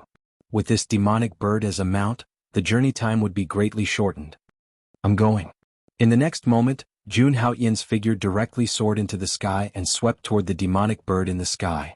Then Jun Haoyin's figure stepped on the back of the demonic bird with a calm expression. Riding the demonic bird, Jun Haoyin went all the way east in front of everyone's eyes. His departure would definitely stir up a storm. This demonic bird was worthy of being called a professional mount. After Jun Haoyin determined the direction, it moved forward with all its might. During this process, Jun Haoyin didn't even have to spend any energy on it. Sure enough, things from the Holy Land are extraordinary. Looking at the demonic bird under his feet, Jun Haoyin praised. At this speed, I estimate that I can reach Langya Holy Land in 3 or 4 days. Jun Haoyin pondered for a moment. He didn't intend to waste any time.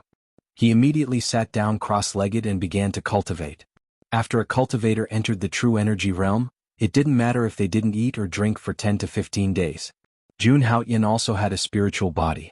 He could automatically absorb the energy of heaven and earth to nourish his physical body. In this way, Jun Haoyin kept cultivating until 2 days later. Ding. The system's check-in time has been refreshed.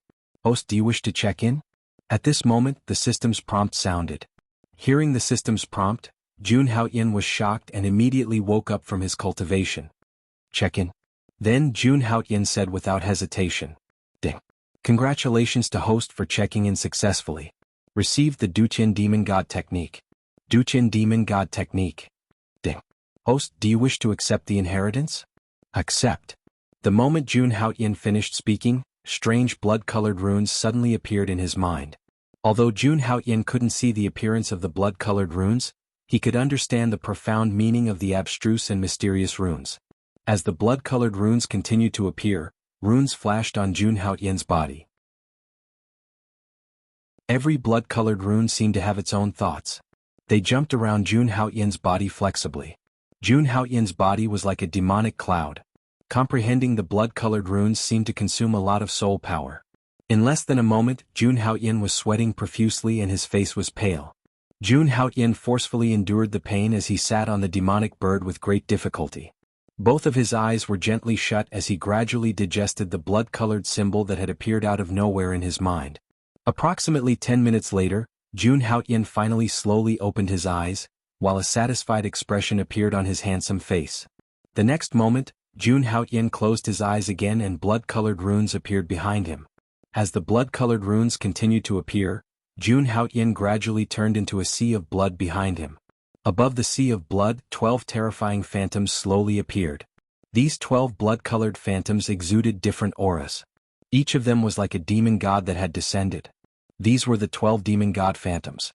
The Duqian demon god technique condensed the demon god phantoms. When Jun Haoyan used the Duqian demon god technique, the power of 12 demon gods would be added to his body. With a casual strike he could shatter mountains and rivers. With a thought, Jun Haoyan tried his best to activate the Duqian demon god technique. The next moment, the sea of blood behind Jun Haoyan boiled. The 12 demon gods let out a long roar. Rays of blood-colored light were emitted from their bodies and attached to Jun Haoyan's body. With the enhancement of the demon god powers, Jun Haoyan's demonic aura surged. He was like a real demon god that had descended. Screech. As Jun Haoyan's demonic aura radiated, the demon bird that Jun Haoyan was sitting on suddenly let out a low cry. It trembled all over. Apparently, it was frightened by Jun Haoyan's demonic aura. Jun Haoyan had no choice but to stop cultivating the Duqian demon god technique and withdraw his demonic aura.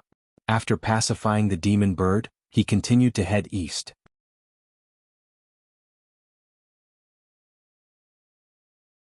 Chapter 19. After pacifying the demonic bird, Jun Haoyan did not continue cultivating. He took a rare look at the beautiful mountains and rivers below, relaxing properly. From the day he set off from Soaring Dragon City, 3 days had already passed. In these 3 days, Jun Haoyan already crossed a distance of several tens of thousands of miles. After a moment, an ancient giant city was faintly discernible in Jun Haoyan's field of vision. At the top of the giant city, there was a several hundred feet tall rock statue stacked on top of each other, appearing very strange. Looks like this is Devil Ping City. Seeing this giant city, Jun Haoyan's expression shook, and then he muttered to himself for a while. The next moment, he urged the demonic bird he was mounted on to descend towards the giant city. This Devil Ping City was his destination. Devil Ping City seemed to have an extremely ferocious golden-winged great rock that fell here in ancient times. That was why it had this name. Devil Ping City's location was very special. It was located at the junction of the Great Yen Empire, Great Li Empire, and Black Tortoise Empire, these 3 great empires. Furthermore, Devil Ping City was also the closest ancient city to the Langya Holy Land. In this place, martial artists were numerous, powerhouses running amok. It was far from what a small border city like Soaring Dragon City could compare to. After a moment, Jun Haoyan rode the demonic bird and slowly descended outside Devil Ping City. Boom. After landing, Jun Haoyan decisively executed the Duqian Fiend God technique. With the power of 12 fiend gods augmenting himself, Jun Haoyan directly blasted a punch at the demonic bird.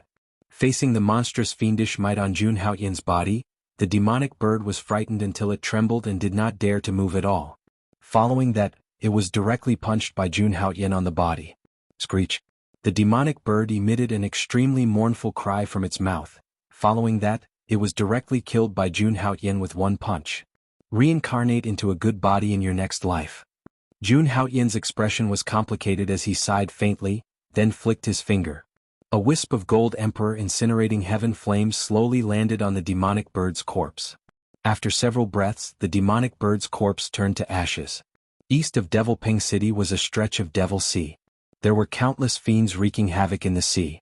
Demonic birds and the like did not dare to cross at all. In addition, this demonic bird came from the Langya sacred ground and was related to Lu Feng. If an outsider like him were to ride this demonic bird into the Langya sacred ground, it would inevitably arouse suspicion. Therefore, Jun Haoyan had no choice but to mercilessly kill this demon bird. Retracting the fiend god aura on his body, Jun Haoyan slowly stepped into Fiend Rock City.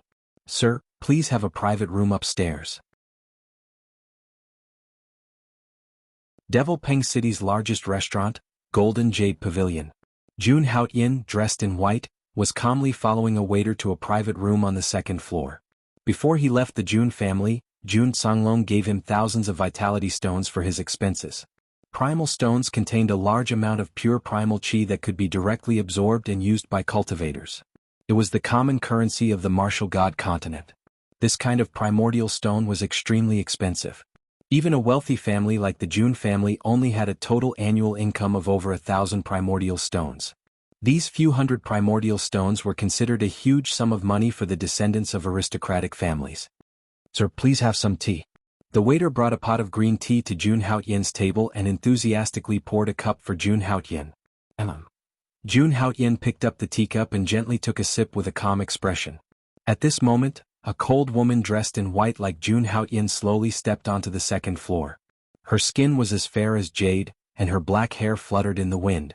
The white-clothed woman had a noble temperament and was eye-catching. It was Princess Snow Nailan Shui, who had rushed here from the great Yen imperial capital. "It's her." As soon as Nailan Shui stepped onto the second floor, Jun Haotian's mind surged with memories. Nailan Shui, Princess Snow of the great Yen Empire. Years ago, it was this woman who arrogantly came to the Jun family and broke off the engagement with Jun Haotian in a domineering manner. The scene from back then appeared in Jun Haotian's mind. Nailan Shui came to the Jun family with 3 true energy realm cultivators and shamelessly threatened to break off the engagement with Jun Haotian.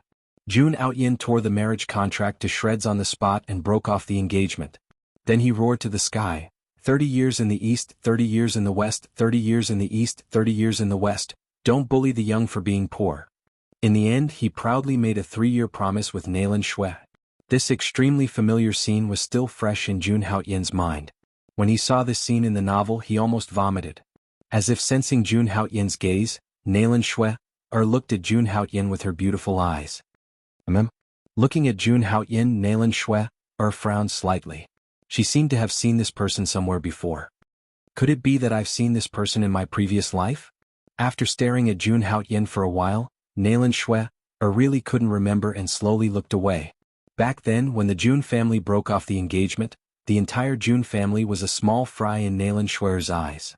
Naturally, she didn't think much of Jun Haotian, so she naturally couldn't remember him now. What is Nailan Shui doing here? Looking at Nailan Shui's perfect figure, Jun Haotian was a little confused. Demonic Ping City was adjacent to the Langyus sacred ground. Nailan Shui was about to enter the Jade Lake sacred ground, so she should be heading west. Why would she come here? Could it be that she has a purpose? Thinking of this, Jun Haotian subconsciously separated a bit of his divine sense and probed Nailan Shui. After merging with this body's divine sense, Jun Haotian's divine sense was already stronger than other cultivators of the same level. In addition, the Gold Emperor's heaven-incinerating flame had the effect of tempering the divine sense.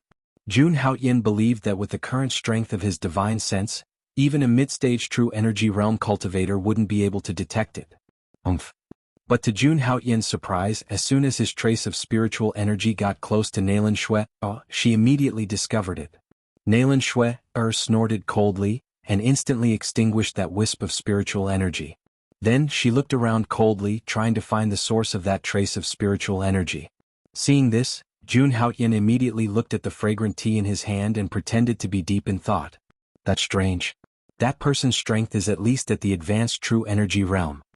Nailan Shui was extremely vigilant.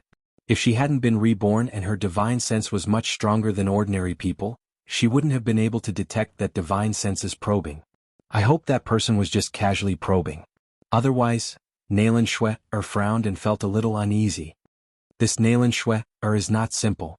At this moment, Jun Haotian looked at Nailan Shui and didn't dare to underestimate her. She had such a strong divine sense at such a young age. This Nailan Shui was indeed the #1 genius of the great Yen Empire. Perhaps I should have a good talk with this Princess Shui. Thinking of Jun Haotian's lips curled into a smile. The enemy of my enemy is my friend. There was a 3-year agreement between Nailan Shui and Jun Haotian. Perhaps he could use this opportunity to make a fuss about it. If necessary, he could even help Nailan Shui deal with Jun Haotian together. Chapter 20. Isn't that the Princess Nailan Shui? Perhaps it was because Nailan Shui's aura was too attractive that she attracted the attention of the people around her, including some martial artists from the great Yen Empire. Nailan Shui was a household name in the great Yen Empire. When the martial artists from the Great Yin Empire saw Nalan Shue's appearance, they exclaimed in surprise. As this voice rang out, everyone on the second floor looked at Nalan Shui with shock in their eyes. Nalan Shui? Isn't that the princess of the Great Yin Empire? I heard that she broke through to the 7th tier of the Qi condensation realm at the age of 16. She's known as the #1 genius of the Great Yin Empire. Moreover, the Jade Lake Sacred Ground has already extended an olive branch to her. As long as she breaks through to the true energy realm, an elder from the Jade Lake Sacred Ground will personally take her as a disciple and promote her to a core disciple. Very quickly, all of Nalan Shui's information and past were dug out. Everyone looked at Nalan Shui with eyes full of admiration and envy. A mere 7th tier of the Qi condensation realm dares to call herself the #1 genius of the Great Yin Empire? What a joke. At this time, 3 men walked up from the first floor. When they heard the discussion, they sneered with disdain. Qingyun's sacred ground. When some people heard the words of the 3 men, they were about to explode in anger. However, when they saw the clothes of the 3 men, their eyes narrowed.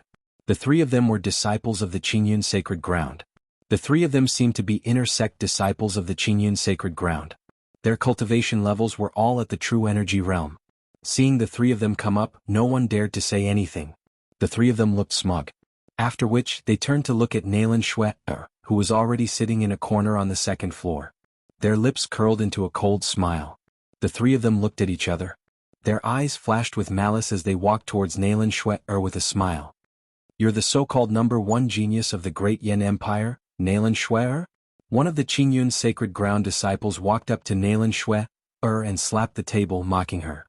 That's right, I'm Nalan Shui. Nalan Shui naturally felt the malice from the 3 of them. She frowned and suppressed the anger in her heart as she said, she was cold and arrogant. Bah! One of the Azure Cloud Holy Land's disciples looked at Nalan Shui mockingly. He said disdainfully, you think you're worthy of being called the greatest genius in Great Yin? I'm afraid you're not even fit to carry Senior Brother Outyin's shoes. That's right. Senior Brother Outyin is already a core disciple in his teens. His future is limitless. Who do you think you are, Nalan Shui? How dare you call yourself Great Yan's #1 genius? These 3 disciples of the Green Cloud Holy Ground seem to be Jun Outyen's loyal fans. Facing such a peerless beauty like Nalan Shui, they did not hold back at all. Are you talking about Jun Outyen? He's already a core disciple of the Green Cloud Sacred Ground? Hearing the 3 people's insults, Nalan Shui's face turned green, but more than that, she was shocked. She clearly remembered that Jun Outyen was only an inner disciple of the Green Cloud Sacred Ground at this time in her previous life. How did he advance so quickly? Could it be that his rebirth had changed the course of events? How could this be? Nalan Shui suddenly felt a little flustered. She felt that the direction of the situation was no longer within her control. What? Are you afraid? Seeing the strange expression on Nalan Shui's face, the disciples of the Green Cloud Sacred Ground thought that she was afraid. With a mocking expression, they said to Nalan Shui, when Senior Brother Outyin was at the lowest point of his life, you forcefully broke off the engagement. Now that he's a core disciple of the Green Cloud Sacred Ground, I'm afraid you're no longer worthy of him. With Senior Brother Outyen's current strength and status, I'm afraid you, the Princess of Great Yin, are only fit to be his maid. The 3 disciples of the Green Cloud Sacred Ground looked at Nalan Shui with a mocking expression. That's right. Senior Brother Outyin is in Fiend Peng City. Why don't we bring this princess over and serve Senior Brother Outyin well? One of the disciples of the Green Cloud Sacred Ground immediately suggested. How dare you? Upon hearing that, Nalan Shui was furious. Her petite face was flushed red with anger. Why don't you try and see if we dare? Upon hearing that, the 3 disciples of the Green Cloud Sacred Ground sneered. Then, the 3 of them looked around the 2nd floor and said arrogantly, the Green Cloud Sacred Ground has its own business. Unrelated people get lost. After saying that, the 3 of them released their true energy stage aura. Crack. When the 3 of them released their aura, the chairs on the 2nd floor immediately shattered. When the crowd felt the aura, their faces turned pale. Some of them did not dare to cause any trouble and immediately left the 2nd floor. A few moments later, everyone on the 2nd floor disappeared quickly. Now there's no one to disturb us. When the 3 disciples of the Green Cloud Sacred Ground saw this, they laughed smugly. However, when their gazes landed on the white-clothed figure in the corner who remained unmoving, their expressions immediately froze. In the corner, Jun Haoyin did not seem to know what was happening around him. He lowered his head and drank his tea calmly. It was worth noting that the chairs in front of Jun Haoyin were still intact. It was as though the aura from before did not affect him at all. The green cloud's sacred ground has its own business. Why aren't you getting lost? One of the men walked over and shouted at Jun Haoyin. Usually, as long as one mentioned the name of a sacred ground, it would be enough to scare off many people. However, Jun Haoyin was obviously not one of them. As though he did not hear the man's voice, Jun Haoyin continued to sip his tea leisurely. You're courting death. When one of the disciples of the green cloud's sacred ground saw this, a murderous intent flashed across his face. Since Lin Fan had ignored them, it made them feel embarrassed. With the strength of the true energy realm, the man immediately threw out a sharp palm print towards Jun Haoyin. As the palm print approached, Jun Haoyin continued to drink his tea without a trace of panic. In the next moment, the shadow of an immemorial mammoth suddenly appeared above Jun Haoyin's head. Then a terrifying scene appeared. Before the sharp palm print could touch Jun Haoyin, it was shattered by the shadow of the immemorial mammoth. With Jun Haoyin as the center, a strong aura of suppression quickly swept out in all directions. On the second floor of the inn, all the chairs were turned into ashes.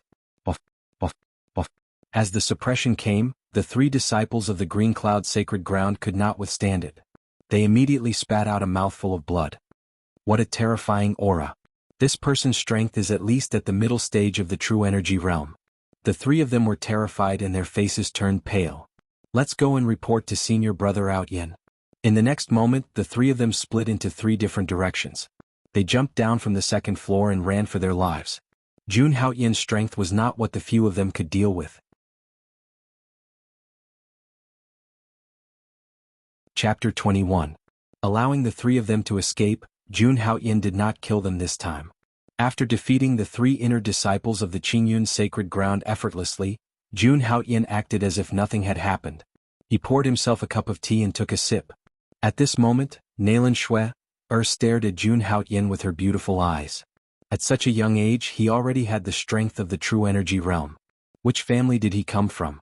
Thinking of the familiar feeling she felt when she saw Jun Haoyin, Nailan Shui pondered for a moment and walked to Jun Haoyin's table. She said, "Thank you for saving me just now. May I know your name?" "They disturbed me while I was enjoying my tea. They were courting death." Hearing this, Jun Haoyin did not even lift his head. He squinted his eyes and took a sip from the teacup. The meaning behind his words was obvious. He did not help Nailan Shui, but only because the three of them had disturbed his tea. Hearing the coldness in Jun Haoyin's words, Nailan Shui's face stiffened and she felt a little depressed. Ever since she entered the demonic Ping City, she seemed to have been unlucky.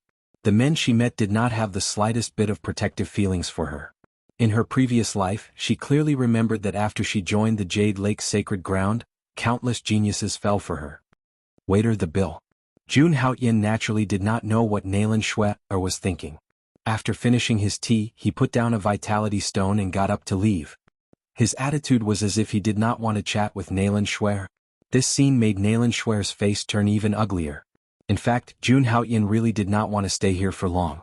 The demonic Ping City had been around for a long time. To be able to survive for so many years at the border between the three empires and the Langya sacred ground, there must be experts guarding the city. Just now there was such a big commotion in the restaurant. Maybe there were some experts watching this place. Jun Haoyin didn't want his secret to be exposed, so he left in a hurry.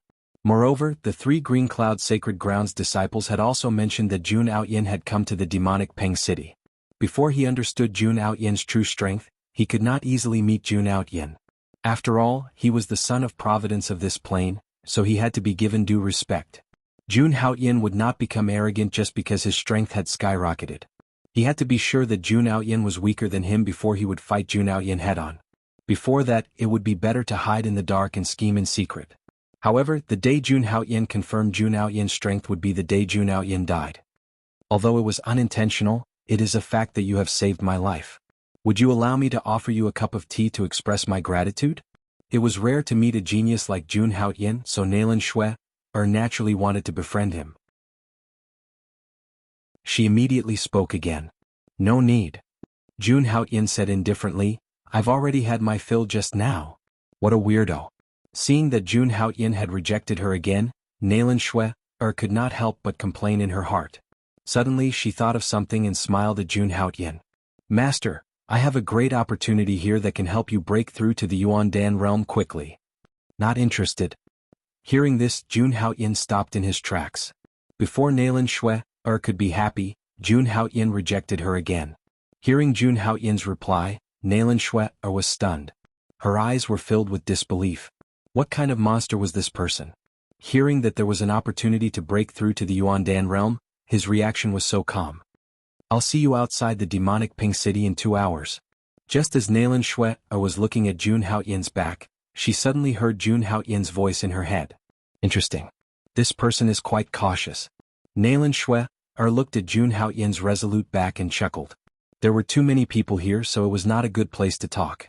2 hours later, in a small forest not far from the demonic Pink City, Jun Haoyin was sitting cross-legged on a huge green rock, slowly circulating the strength of the hell-crushing divine elephant in his body. The energy of heaven and earth was constantly flowing into his body. You've been watching for so long. Are you still not going to come out? Suddenly, Jun Haoyin opened his eyes and looked in a certain direction as he spoke softly. When did you find me? After a while, Nailan Shui slowly walked out of the shadows, her face gloomy. Half an hour ago. Jun Haoyin slowly closed his eyes and said calmly. What? You found me as soon as I arrived? Nailan Shui was shocked when she heard this. Then she looked at Jun Haoyin angrily. You knew I was here. Why did you only call me out now? Thinking about how she had been standing in the dark for half an hour and thought no one had found her, Nailan Shui was secretly delighted. Her face couldn't help but turn red. She had embarrassed herself. At the same time, she was secretly surprised at the sensitivity of Jun Haoyin's divine soul. There's still some time before the appointed time. I thought you would like to stay here. Jun Haoyin said. Okay, let's get to the point. Where is the opportunity you said could help me break through to the Yuan-Dan stage? Hearing this, Nailan Shui's expression became serious. She said slowly, Do you know that in demonic Ping City an ancient golden-winged great rock fell? The opportunity I'm talking about is the place where this great rock was buried. The place where the golden-winged great rock was buried? Jun Haoyin frowned when he heard this. He knew very little about this legend. That's right. Do you know that the golden-winged great rock was an expert in the immortal realm? Don't you want to go to the place where such an expert was buried? Seeing that Jun Haoyin finally showed some interest, Nailan Shui was delighted and continued. An expert in the immortal realm. Jun Haoyin was shocked when he heard this. An expert in the immortal realm could be said to be immortal and could live for at least 10,000 years. This kind of peerless expert was also called the Eternal Giant. Every expert in the immortal realm stood at the top of the world. They were peerless geniuses who could defeat their peers. Even in the 7 Holy Lands, only the Holy Lord had such a cultivation level. The golden-winged great rock was the place where an expert in the immortal realm was buried. It had to be said that Jun Haoyin was tempted. Any item left behind by such an expert could help him break through quickly. Of course, other than these, there was another reason that Jun Haoyin had to go. Jun Haoyin, the son of fortune, had also come to demonic Ping City. Since Jun Haoyin had become a core disciple of the Green Cloud Sacred Ground, why did he come to demonic Ping City instead of acting like a tyrant in the Green Cloud Sacred Ground? This in itself made people feel strange. With Jun Haoyin's intuition as a bookworm, he felt that Jun Haoyin was most likely here for the golden-winged great rock's burial place. When the protagonist went out, he would definitely have a fortuitous encounter. Now that Jun Haoyin, the son of fortune, had appeared in demonic Ping City and the burial place of the golden-winged great rock had also appeared, Jun Haoyin could not help but suspect the relationship between the two. Jun Haoyin, since you're here, I have to get a share of this.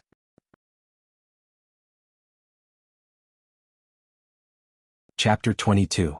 Why did you tell me about such a heaven-defying opportunity? Jun Haoyin looked at Nailan Shui suspiciously and asked. Didn't I tell you? It's to repay you for saving my life. Nailan Shui was taken aback. Her eyes turned and looked at Jun Haoyin with sincerity. It's because your cultivation level is too low.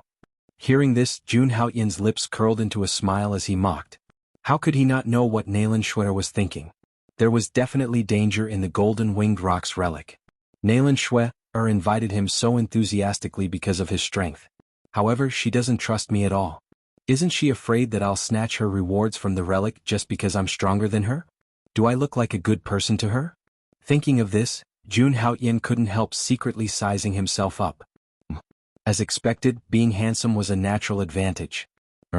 It's fine if you don't believe me. Having her intentions exposed by Jun Haoyan, Nalan Shui pursed her lips and a strange look appeared on her face. Nalan Shui's strength was at half-step to true energy realm. Compared to her peers, her cultivation level was already at the top. However, they were going to enter the relic left behind by the ancient golden-winged rock. Nalan Shui remembered that the relic was in the middle of the Demon Sea. With her current strength, it would be difficult for her to go deep into the Demon Sea. Moreover, Nalan Shui knew that Jun Haoyan would enter the relic and obtain a heaven-defying opportunity. Apart from obtaining the item, Nalan Shui's main goal was to stop Jun Haoyan from obtaining the opportunity. She even wanted to snatch it from him. Initially, Nalan Shui was confident. With the secret skills that she had learned in her previous life and her powerful spiritual energy, she could defeat Jun Haoyan even if she was only at half-step to true energy realm. However, after hearing from the three inner disciples that Jun Haoyan had become a core disciple, Nalan Shui lost all hope. To become a core disciple, one's strength had to be at level 3 true energy realm. Therefore, Jun Haoyan was at least at the third level of the true energy realm. Nalan Shui couldn't understand. In her previous life, Juneo Tian was only at the first stage of the true energy stage, so why was he? After knowing Jun Haoyan's strength, Nalan Shui no longer had the confidence she had before. After seeing Jun Haoyan's strength, Nalan Shui instantly had an idea. She planned to invite Jun Haoyan to go to the ruins with her. One more person meant one more power. Besides, Jun Haoyan had just helped her out, so Nalan Shui had a good impression of him. When will the relic appear? Jun Haoyan asked Nalan Shui. In his heart, he had already decided to enter the ruins with Nalan Shui. It didn't matter whether he could get the opportunity or not. The most important thing was to stop Jun Haoyan from getting it. Moreover, if he was lucky enough to obtain some treasures in the ruins, that would be even better. He had destroyed the Long family, so Long Ziyue would definitely find a way to kill him. Therefore, before entering the Langya sacred ground, Jun Haoyan wouldn't let go of any chance to increase his strength. Tomorrow morning. Hearing this, Nalan Shui's face lit up. Since Jun Haoyan asked this, it meant that he agreed. Alright then, let's meet here tomorrow. After saying that, Jun Haoyan ignored Nalan Shui and left the little forest. This person is really strange. Have I really seen this person in my previous life?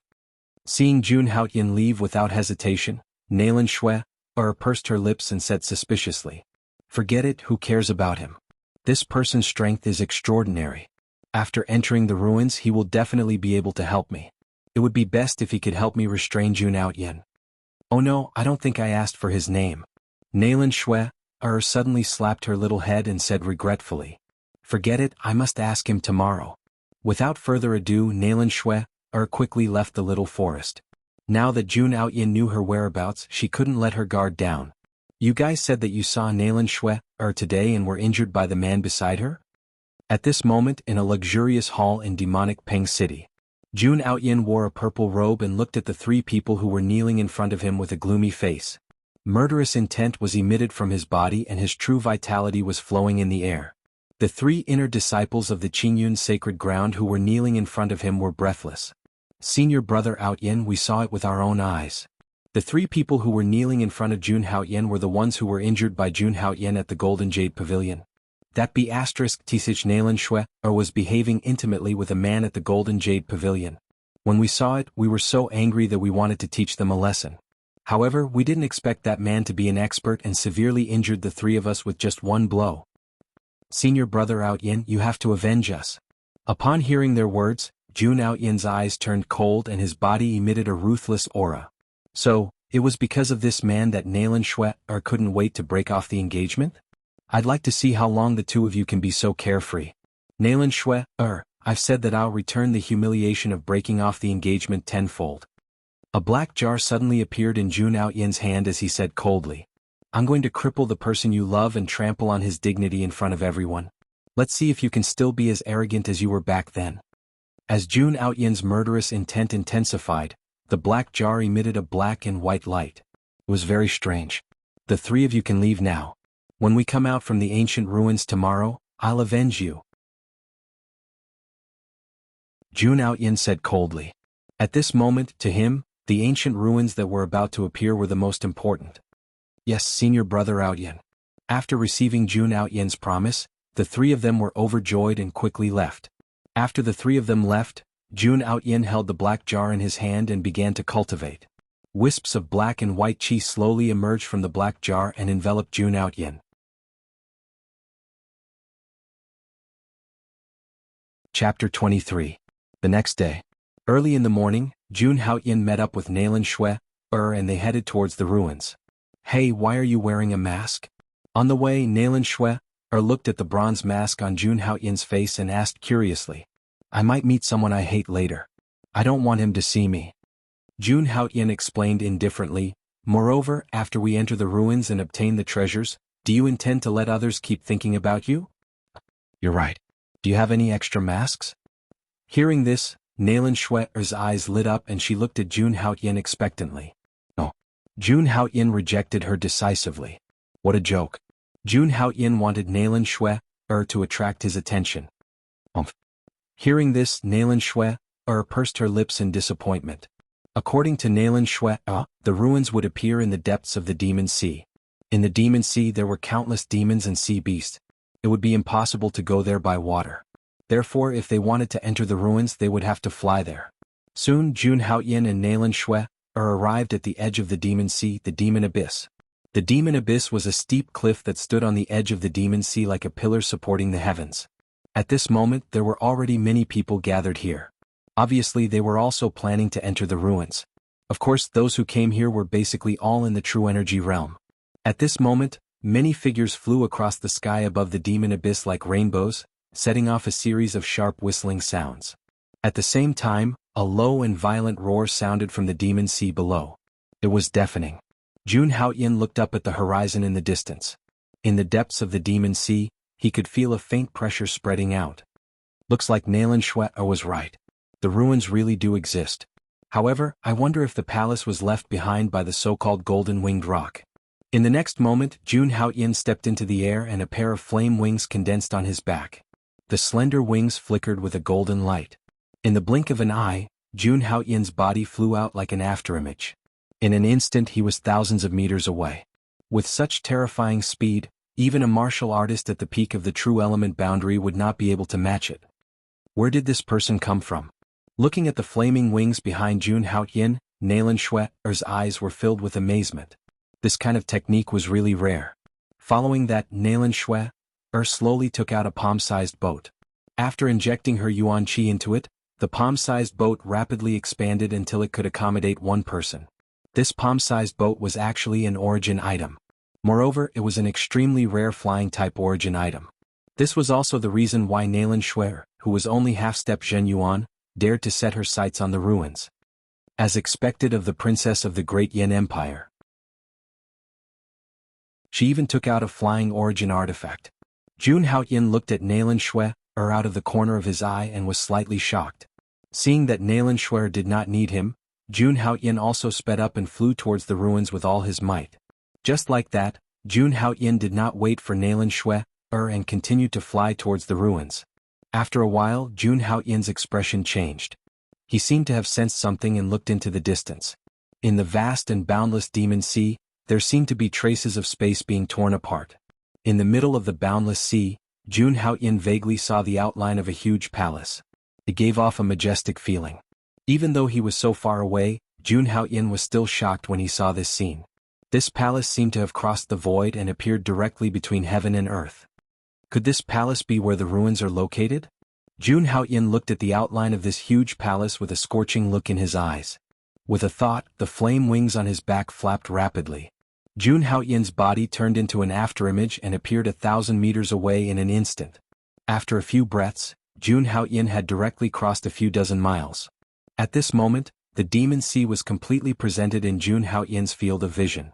Countless huge ferocious beast phantoms flashed across the Demon Sea and set off a deafening roar.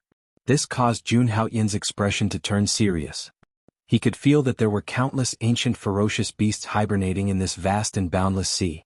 However, for some unknown reason, these ancient ferocious beasts were unable to jump out of the sea. It was as if there was an invisible force suppressing them within. I'm afraid it's not that easy to enter the ruins. there's a high chance that we won't be able to leave. Jun Haoyan exhaled softly as he felt the aura fluctuations spreading from below. The aura below was extremely vigorous, and it was not inferior to that of a middle-stage true energy realm existence. This place is simply a beast lair.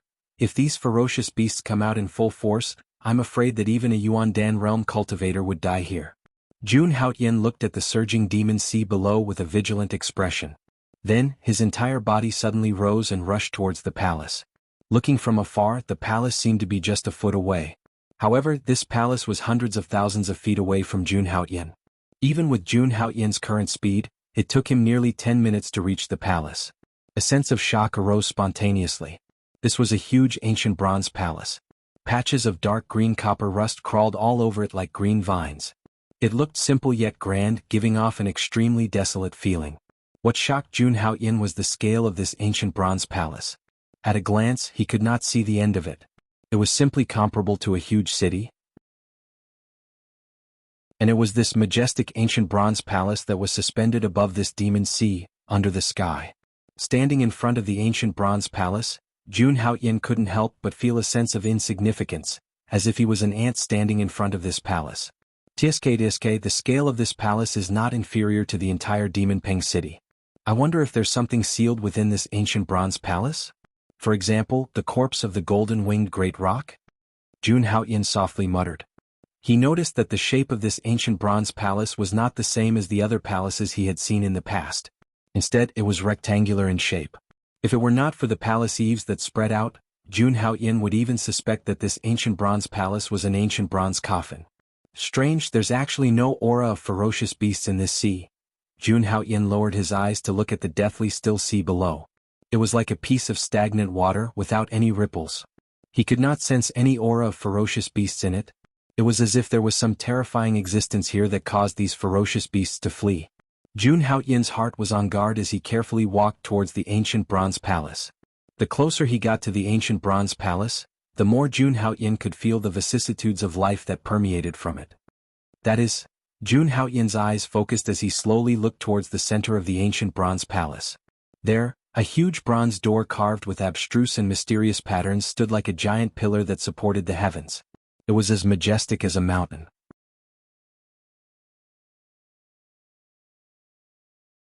Chapter 24.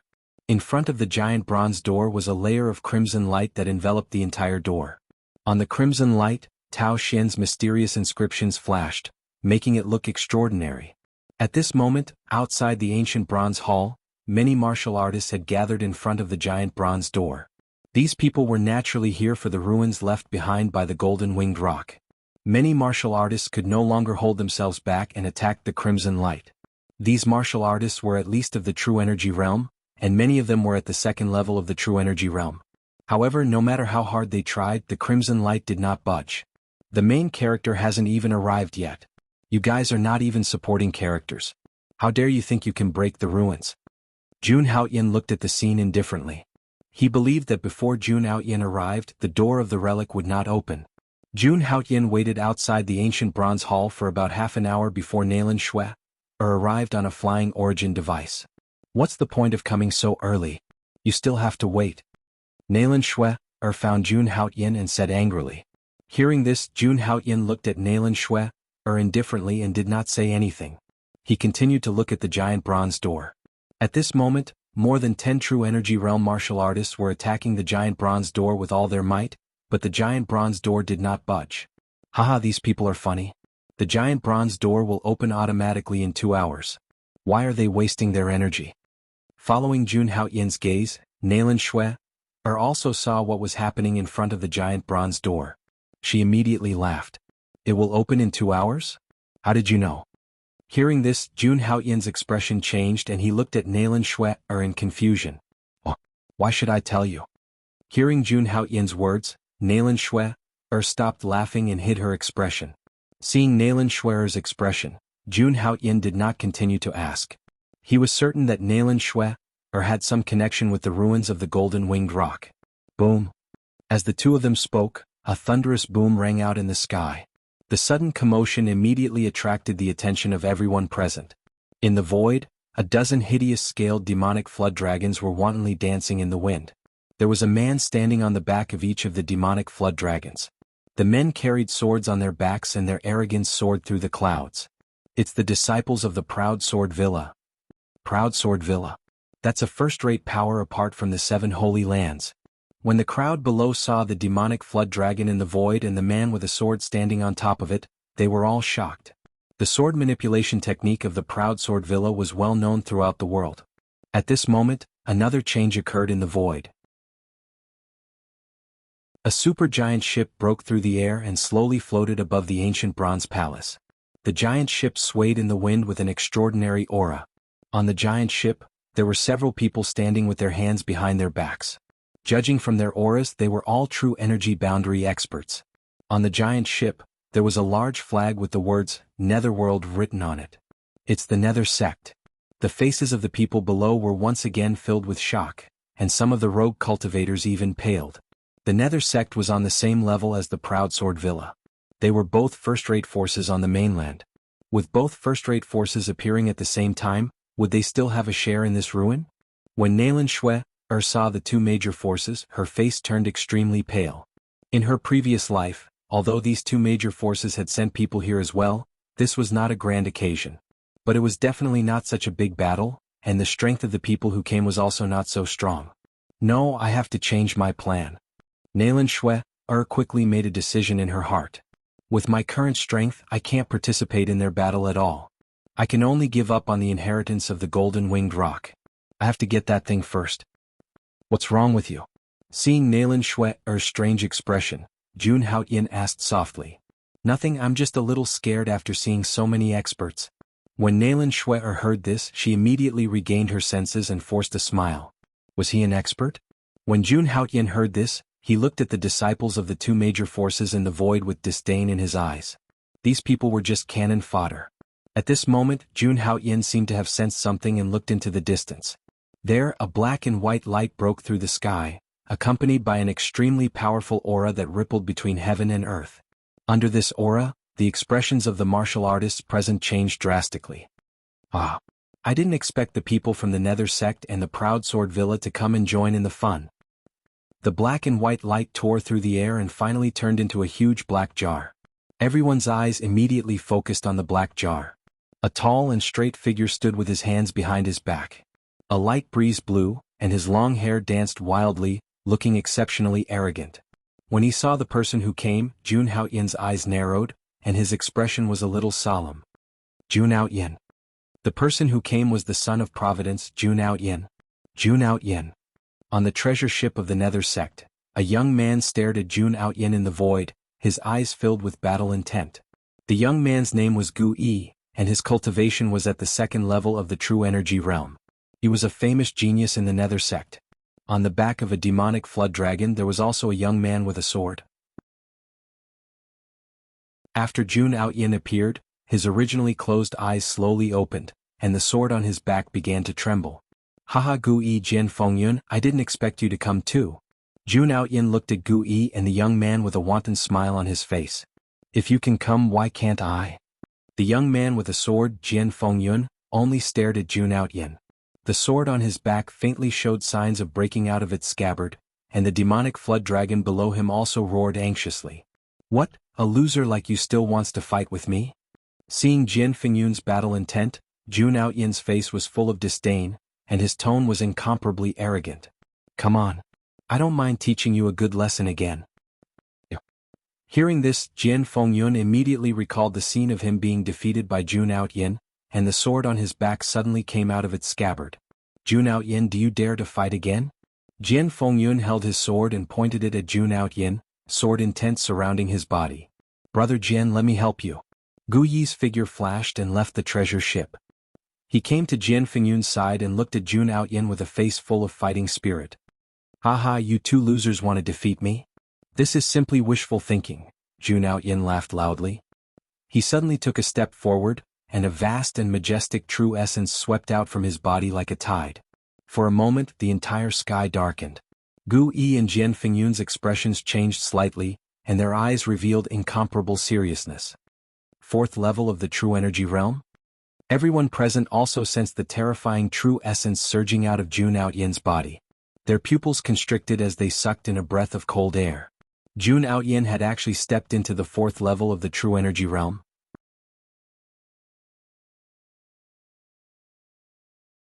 Chapter 25. In the air there was a huge black pot that was emitting a powerful aura. Jun Outyin stepped on the black demonic pot and looked down on the world. His cultivation base of the fourth stage of the true essence realm surged out. In an instant the entire area was shrouded by his aura. Everyone trembled as they stared at the sky in shock. Even the proud sword manor and the nether sect were slightly suppressed by Jun Outyin. It's the core disciple of the Qingyun sacred ground, Jun Outyin. I can't believe he's here. I heard that his talent is ranked in the top 10 in the entire Qingyun sacred ground. With such an aura, I'm afraid his cultivation base is already at the fourth stage of the true essence realm. The disciples of the smaller factions and the rogue cultivators were shocked when they saw Jun Outyin's powerful aura. When Jun Outyin revealed his cultivation, the faces of the nether sect's genius, Gu Yi, and the proud sword villa's Jian Fengyun immediately became extremely unsightly. The two of them snorted and returned to their own factions. They did not dare to challenge Jun Outyin again. The last time Jun Outyin defeated them, it was because he was at a higher level. Now that Jun Outyin's cultivation base was higher than theirs, they could not see any hope of defeating Jun Outyin. Jun Outyin's cultivation base was at the fourth stage of the true essence realm. At this moment, Jun Outyin was the center of attention. He was unparalleled. Naylan Shuer looked at the incomparably arrogant man in the air, and her face turned extremely pale, extremely ugly to look at. This is the man you broke off the engagement with? Jun Outyin said calmly when he saw Naylan Shuer's expression. Yes. Naylan Shuer said expressionlessly. Do you regret it? Jun Outyin asked. If I could do it all over again I would have killed him on the day I broke off the engagement. Naylan Shuer's face turned cold when she heard this as she recalled her past life. She thought that after her rebirth, she would be able to catch up with Jun Outyin with her current cultivation speed. However, it seemed like the distance between them was getting further and further. Hearing this, Jun Outyin's eyes revealed a trace of astonishment. He thought that Naylan Shuer would be filled with regret at this moment. According to the novels he had read in the past, after seeing the Son of Destiny reveal his peerless talent, the female supporting character who broke off the engagement would usually reveal an extremely regretful expression. Some even fell in love with the Son of Providence and were taken into the harem of the Son of Providence. This Naylan Shuer had quite the personality. In this world where only the strong were respected, she did not change her original intention just because Jun Outyin had become stronger. This was already a rare and precious achievement. With your talent, after you enter the Jade Lake sacred ground, your cultivation progress won't be worse than his, Jun Outyin said lightly. Naylan Shuer was only 16 years old this year, and she was already at the half-step true energy boundary. As long as Naylan Shuer joined the Jade Lake sacred ground, it would not be impossible for her to catch up to Jun Aotian. Naylan Shuer nodded. As long as he could get that item from the ruins, it would not be difficult for him to surpass Jun Aotian. Because there were many people below, and Jun Outyin and Naylan Shuer were standing outside, Jun Outyin did not notice Naylan Shuer. Boom. Not long after Jun Outyin's arrival, cracks appeared on the blood-red light shield above the giant bronze door. After a while, it shattered into thousands of pieces. At the same time, rays of blood-red light shot out from the giant bronze door. The next moment, the giant bronze door disappeared. What's going on? Naylan Shuer looked at the giant bronze door that had suddenly disappeared. Her eyes were filled with disbelief. It's supposed to be in 2 hours. How is this possible? As expected, the door to the ruins opened as soon as Jun Outyin arrived. This ruin is probably the opportunity that the author prepared for Jun Outyin. Jun Outyin's eyes were filled with an "I knew it" expression. Seeing the giant bronze door disappear, the rest of the people were shocked. Then they began to go crazy. The ruins have opened. The ruins have opened. The ruins are mine. Charge. The disciples of the small factions and the itinerant cultivators below were completely crazy. One by one they rushed toward the giant bronze door. Let's go in too. The disciples of Aojian Villa and Hades sect who were in the air also turned into streaks of light and entered. When Jun Outyin, who was standing on the Black Devil's vase, saw this, a look of disdain appeared on his face. Then his ethereal force surged and activated the Black Devil's vase. In the next moment, streaks of black and white chi surged out from Jun Outyin's body. A bunch of idiots who don't know the immensity of heaven and earth. How can I allow you to meddle with my fortune? Jun Haoyin looked at the giant bronze door. Then he controlled the black devil's vase and turned into a streak of black and white light as he rushed in. The black and white light contained a terrifying power. Wherever it passed, the void exploded. Some of the martial artists who were rushing toward the ruins exploded and died when they came into contact with the black and white light. The true energy realm elites who were majestic in the outside world were like ants that could be killed with a wave of his hand. Wherever Jun Haoyin passed, blood and flesh splattered and screams filled the air. However, no one dared to make a sound. Jun Haoyin, the core disciple of the Green Cloud Sacred Ground. With this background and talent, he had the right to be arrogant. Let's go. It's time for us to go in. Jun Haoyin said as he gently nudged Nalan Shui, who was still in a daze. Nalan Shui, came back to her senses and looked at Jun Haoyin. Then she asked, "Can you tell me your name? If you die in the ruins, I won't even be able to remember the name of my benefactor." "My name is Haoyin," Jun Haoyin said calmly. Then he stepped into the entrance of the ruins. Swoosh, swoosh, swoosh. As Jun Haoyin stepped into the entrance of the ruins, there was a sharp sound of the wind breaking. Jun Haoyin realized that he seemed to have entered a whirlpool at the bottom of the sea. There was an extremely chaotic force that kept pushing him forward. Then, endless darkness engulfed Jun Haoyin's vision. At the same time, a wild and ancient aura rushed toward him. Is this the interior of the ruins? When he stepped on the ground, a faint light tore through Jun Haoyin's vision. When Jun Haoyin saw his surroundings clearly, his expression changed drastically. Jun Haoyin's gaze swept through his surroundings, only to see that he was currently on a barren land. Countless huge mountains rose and fell one after another, with towering trees that reached the clouds, blotting out the sky and covering the sun. The entire world presented a scene of desolation. Where's Nalan Shui?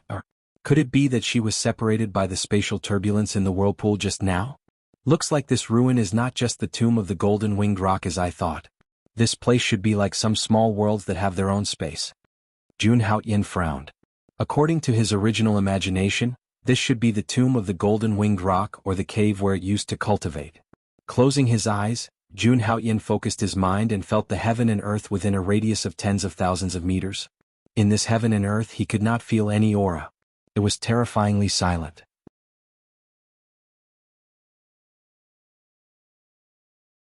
Chapter 26. This fluctuation is... Jun Haoyin's expression suddenly changed as he sensed his surroundings with his spirit power.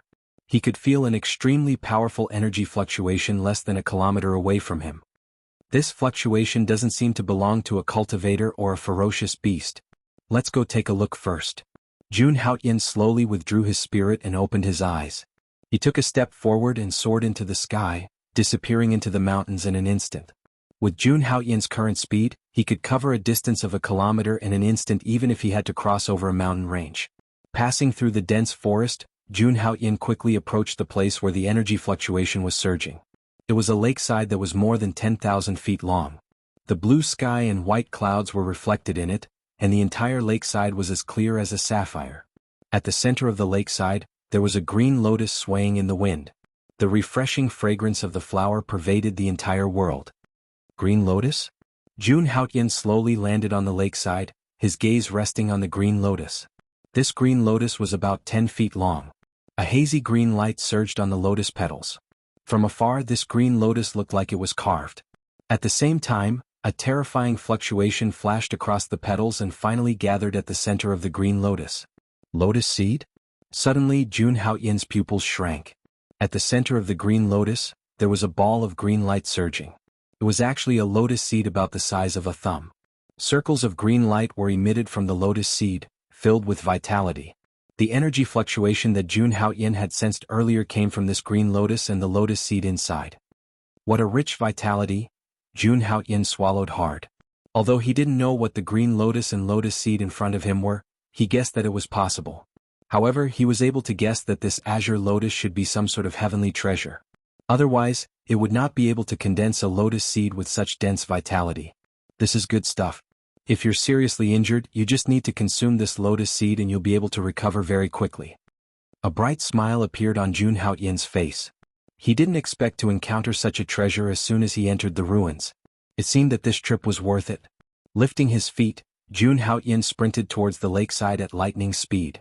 However, just as his figure was about to reach the sky above the lakeside, he suddenly stopped and stared at the calm lakeside below. Boom! The calm lake started to churn violently. A huge water column that was at least 100 zhang tall shot up into the sky and headed towards Jun Haoyin. The rumbling sound was deafening. Sure enough, there was still a ferocious beast hiding here. Fortunately, I was always on guard. With the power of Jun Haoyin's soul, it was only natural that he could sense the existence of the fierce beasts. The reason why he entered the sky above the lake so recklessly was to lure out the fierce beasts. Staring at the incoming water column, Jun Haoyin didn't panic. He directly raised his hand and punched forward. An incomparably vigorous true yuan condensed on his fist. Finally, it surged down like a flood and landed on the water column. Whoosh, whoosh, whoosh. The lake water poured down like a rainstorm. However, it didn't fall on the lake. Instead, it formed a snowstorm and spread out. In the blink of an eye, it enveloped the entire lake. In this snowstorm, Jun Haoyin saw a huge creature break out of the lake and appear in the snowstorm. It was a giant dragon covered in blue scales. Its body was more than 100 zhang long. On its ferocious head was a single horn that was as straight as a spear. A cold light surged on it, as if it could tear apart the world in an instant. As soon as the giant dragon came out of the water, it roared at Jun Haoyin in an extremely ferocious manner. Its huge eyes, which were the size of gongs, stared intently at Jun Haoyin. A bone-piercing chill flashed in its eyes as if it was warning Jun Haoyin. I originally thought that there were no living creatures in this world. Now it seems that the golden-winged rock has left quite a few fierce beasts inside. Is it planning to test the people who enter the ruins? According to ancient records, all rare treasures have a guardian beast guarding them. This giant dragon should be the guardian beast of this green lotus, Jun Haoyin softly muttered, but this guardian beast's strength is still a little weak. It's only at the second level of the true energy realm. Looking at the ferocious and terrifying giant dragon before him, Jun Haoyin didn't take it seriously. He lifted his foot and prepared to fly directly to the center of the lake. Jun Haoyin's action of ignoring it immediately angered the giant python. It roared at the sky. The giant python's body, which was more than 100 zhang long, swayed wildly, rolling up a huge wave. The huge wave turned into numerous water blades, which swept towards Jun Haoyin like a rain of swords. Seeing this, Jun Haoyin's face turned cold. He opened the flame wings on his back, and his body turned into an afterimage, easily avoiding the wind and snow that swept towards him. In the next moment, Jun Haoyin's body appeared above the giant dragon's head. He said indifferently, "Since you want to die, I'll fulfill your wish." With a thought, he quickly activated the Duqian demon god technique. Behind him, there was a sea of blood. 12 demon god shadows floated above the sea of blood. The power of the demon god, bless me. With a low roar, the 12 demon god shadows immediately gushed out streaks of bloody light and entered Jun Haoyin's body. Whoosh! In the next moment, Jun Haoyin's clenched fist was like a peerless sword that was unsheathed. With a dazzling bloody brilliance, it hit the giant dragon directly below and landed on the giant python's head. Jun Haoyin had used almost all of his physical strength in this punch. The power contained in this punch was no less than 1,000,000 Jin of force. It broke the scales on the giant dragon's head and smashed its head. Hot blood spurted out from Jun Haoyin's fist, dyeing the sky red. After easily dealing with the giant dragon, Jun Haoyin wiped the blood off his hands. Then he leisurely flew towards the center of the lake. The closer he got to the green lotus, the stronger the fragrance in the air. What a treasure! Floating above the water, Jun Haoyin stood in front of the green lotus. Looking at the lotus seed in the center of the green lotus and feeling the vitality on it, a trace of ecstasy flashed in his eyes. It was a good sign to have obtained such a rare treasure just after entering the ruins. He raised his hand and was about to hold the lotus seed in his hand. However, at this moment, several sharp sounds of wind breaking rang out behind him. "Hurry up, the sound is coming from here. Maybe some treasure has appeared." Jun Haoyin narrowed his eyes and saw several silhouettes rapidly appearing behind him. These people should not have sensed the fluctuation of the green lotus. It was purely the sound of the battle between Jun Haoyin and the giant dragon that attracted them. When they arrived, they happened to see Jun Haoyin plucking the green lotus. Their eyes were full of greed. You're tuning in to the Han Li's Wuxia Adventures YouTube channel. We're so grateful for your support, and don't forget to subscribe to join us on this incredible journey through captivating stories. Your generosity through donations truly makes a world of difference, as it's the primary source of revenue that allows me to expand and enhance this channel for you. Thank you from the bottom of my heart for being a part of this adventure.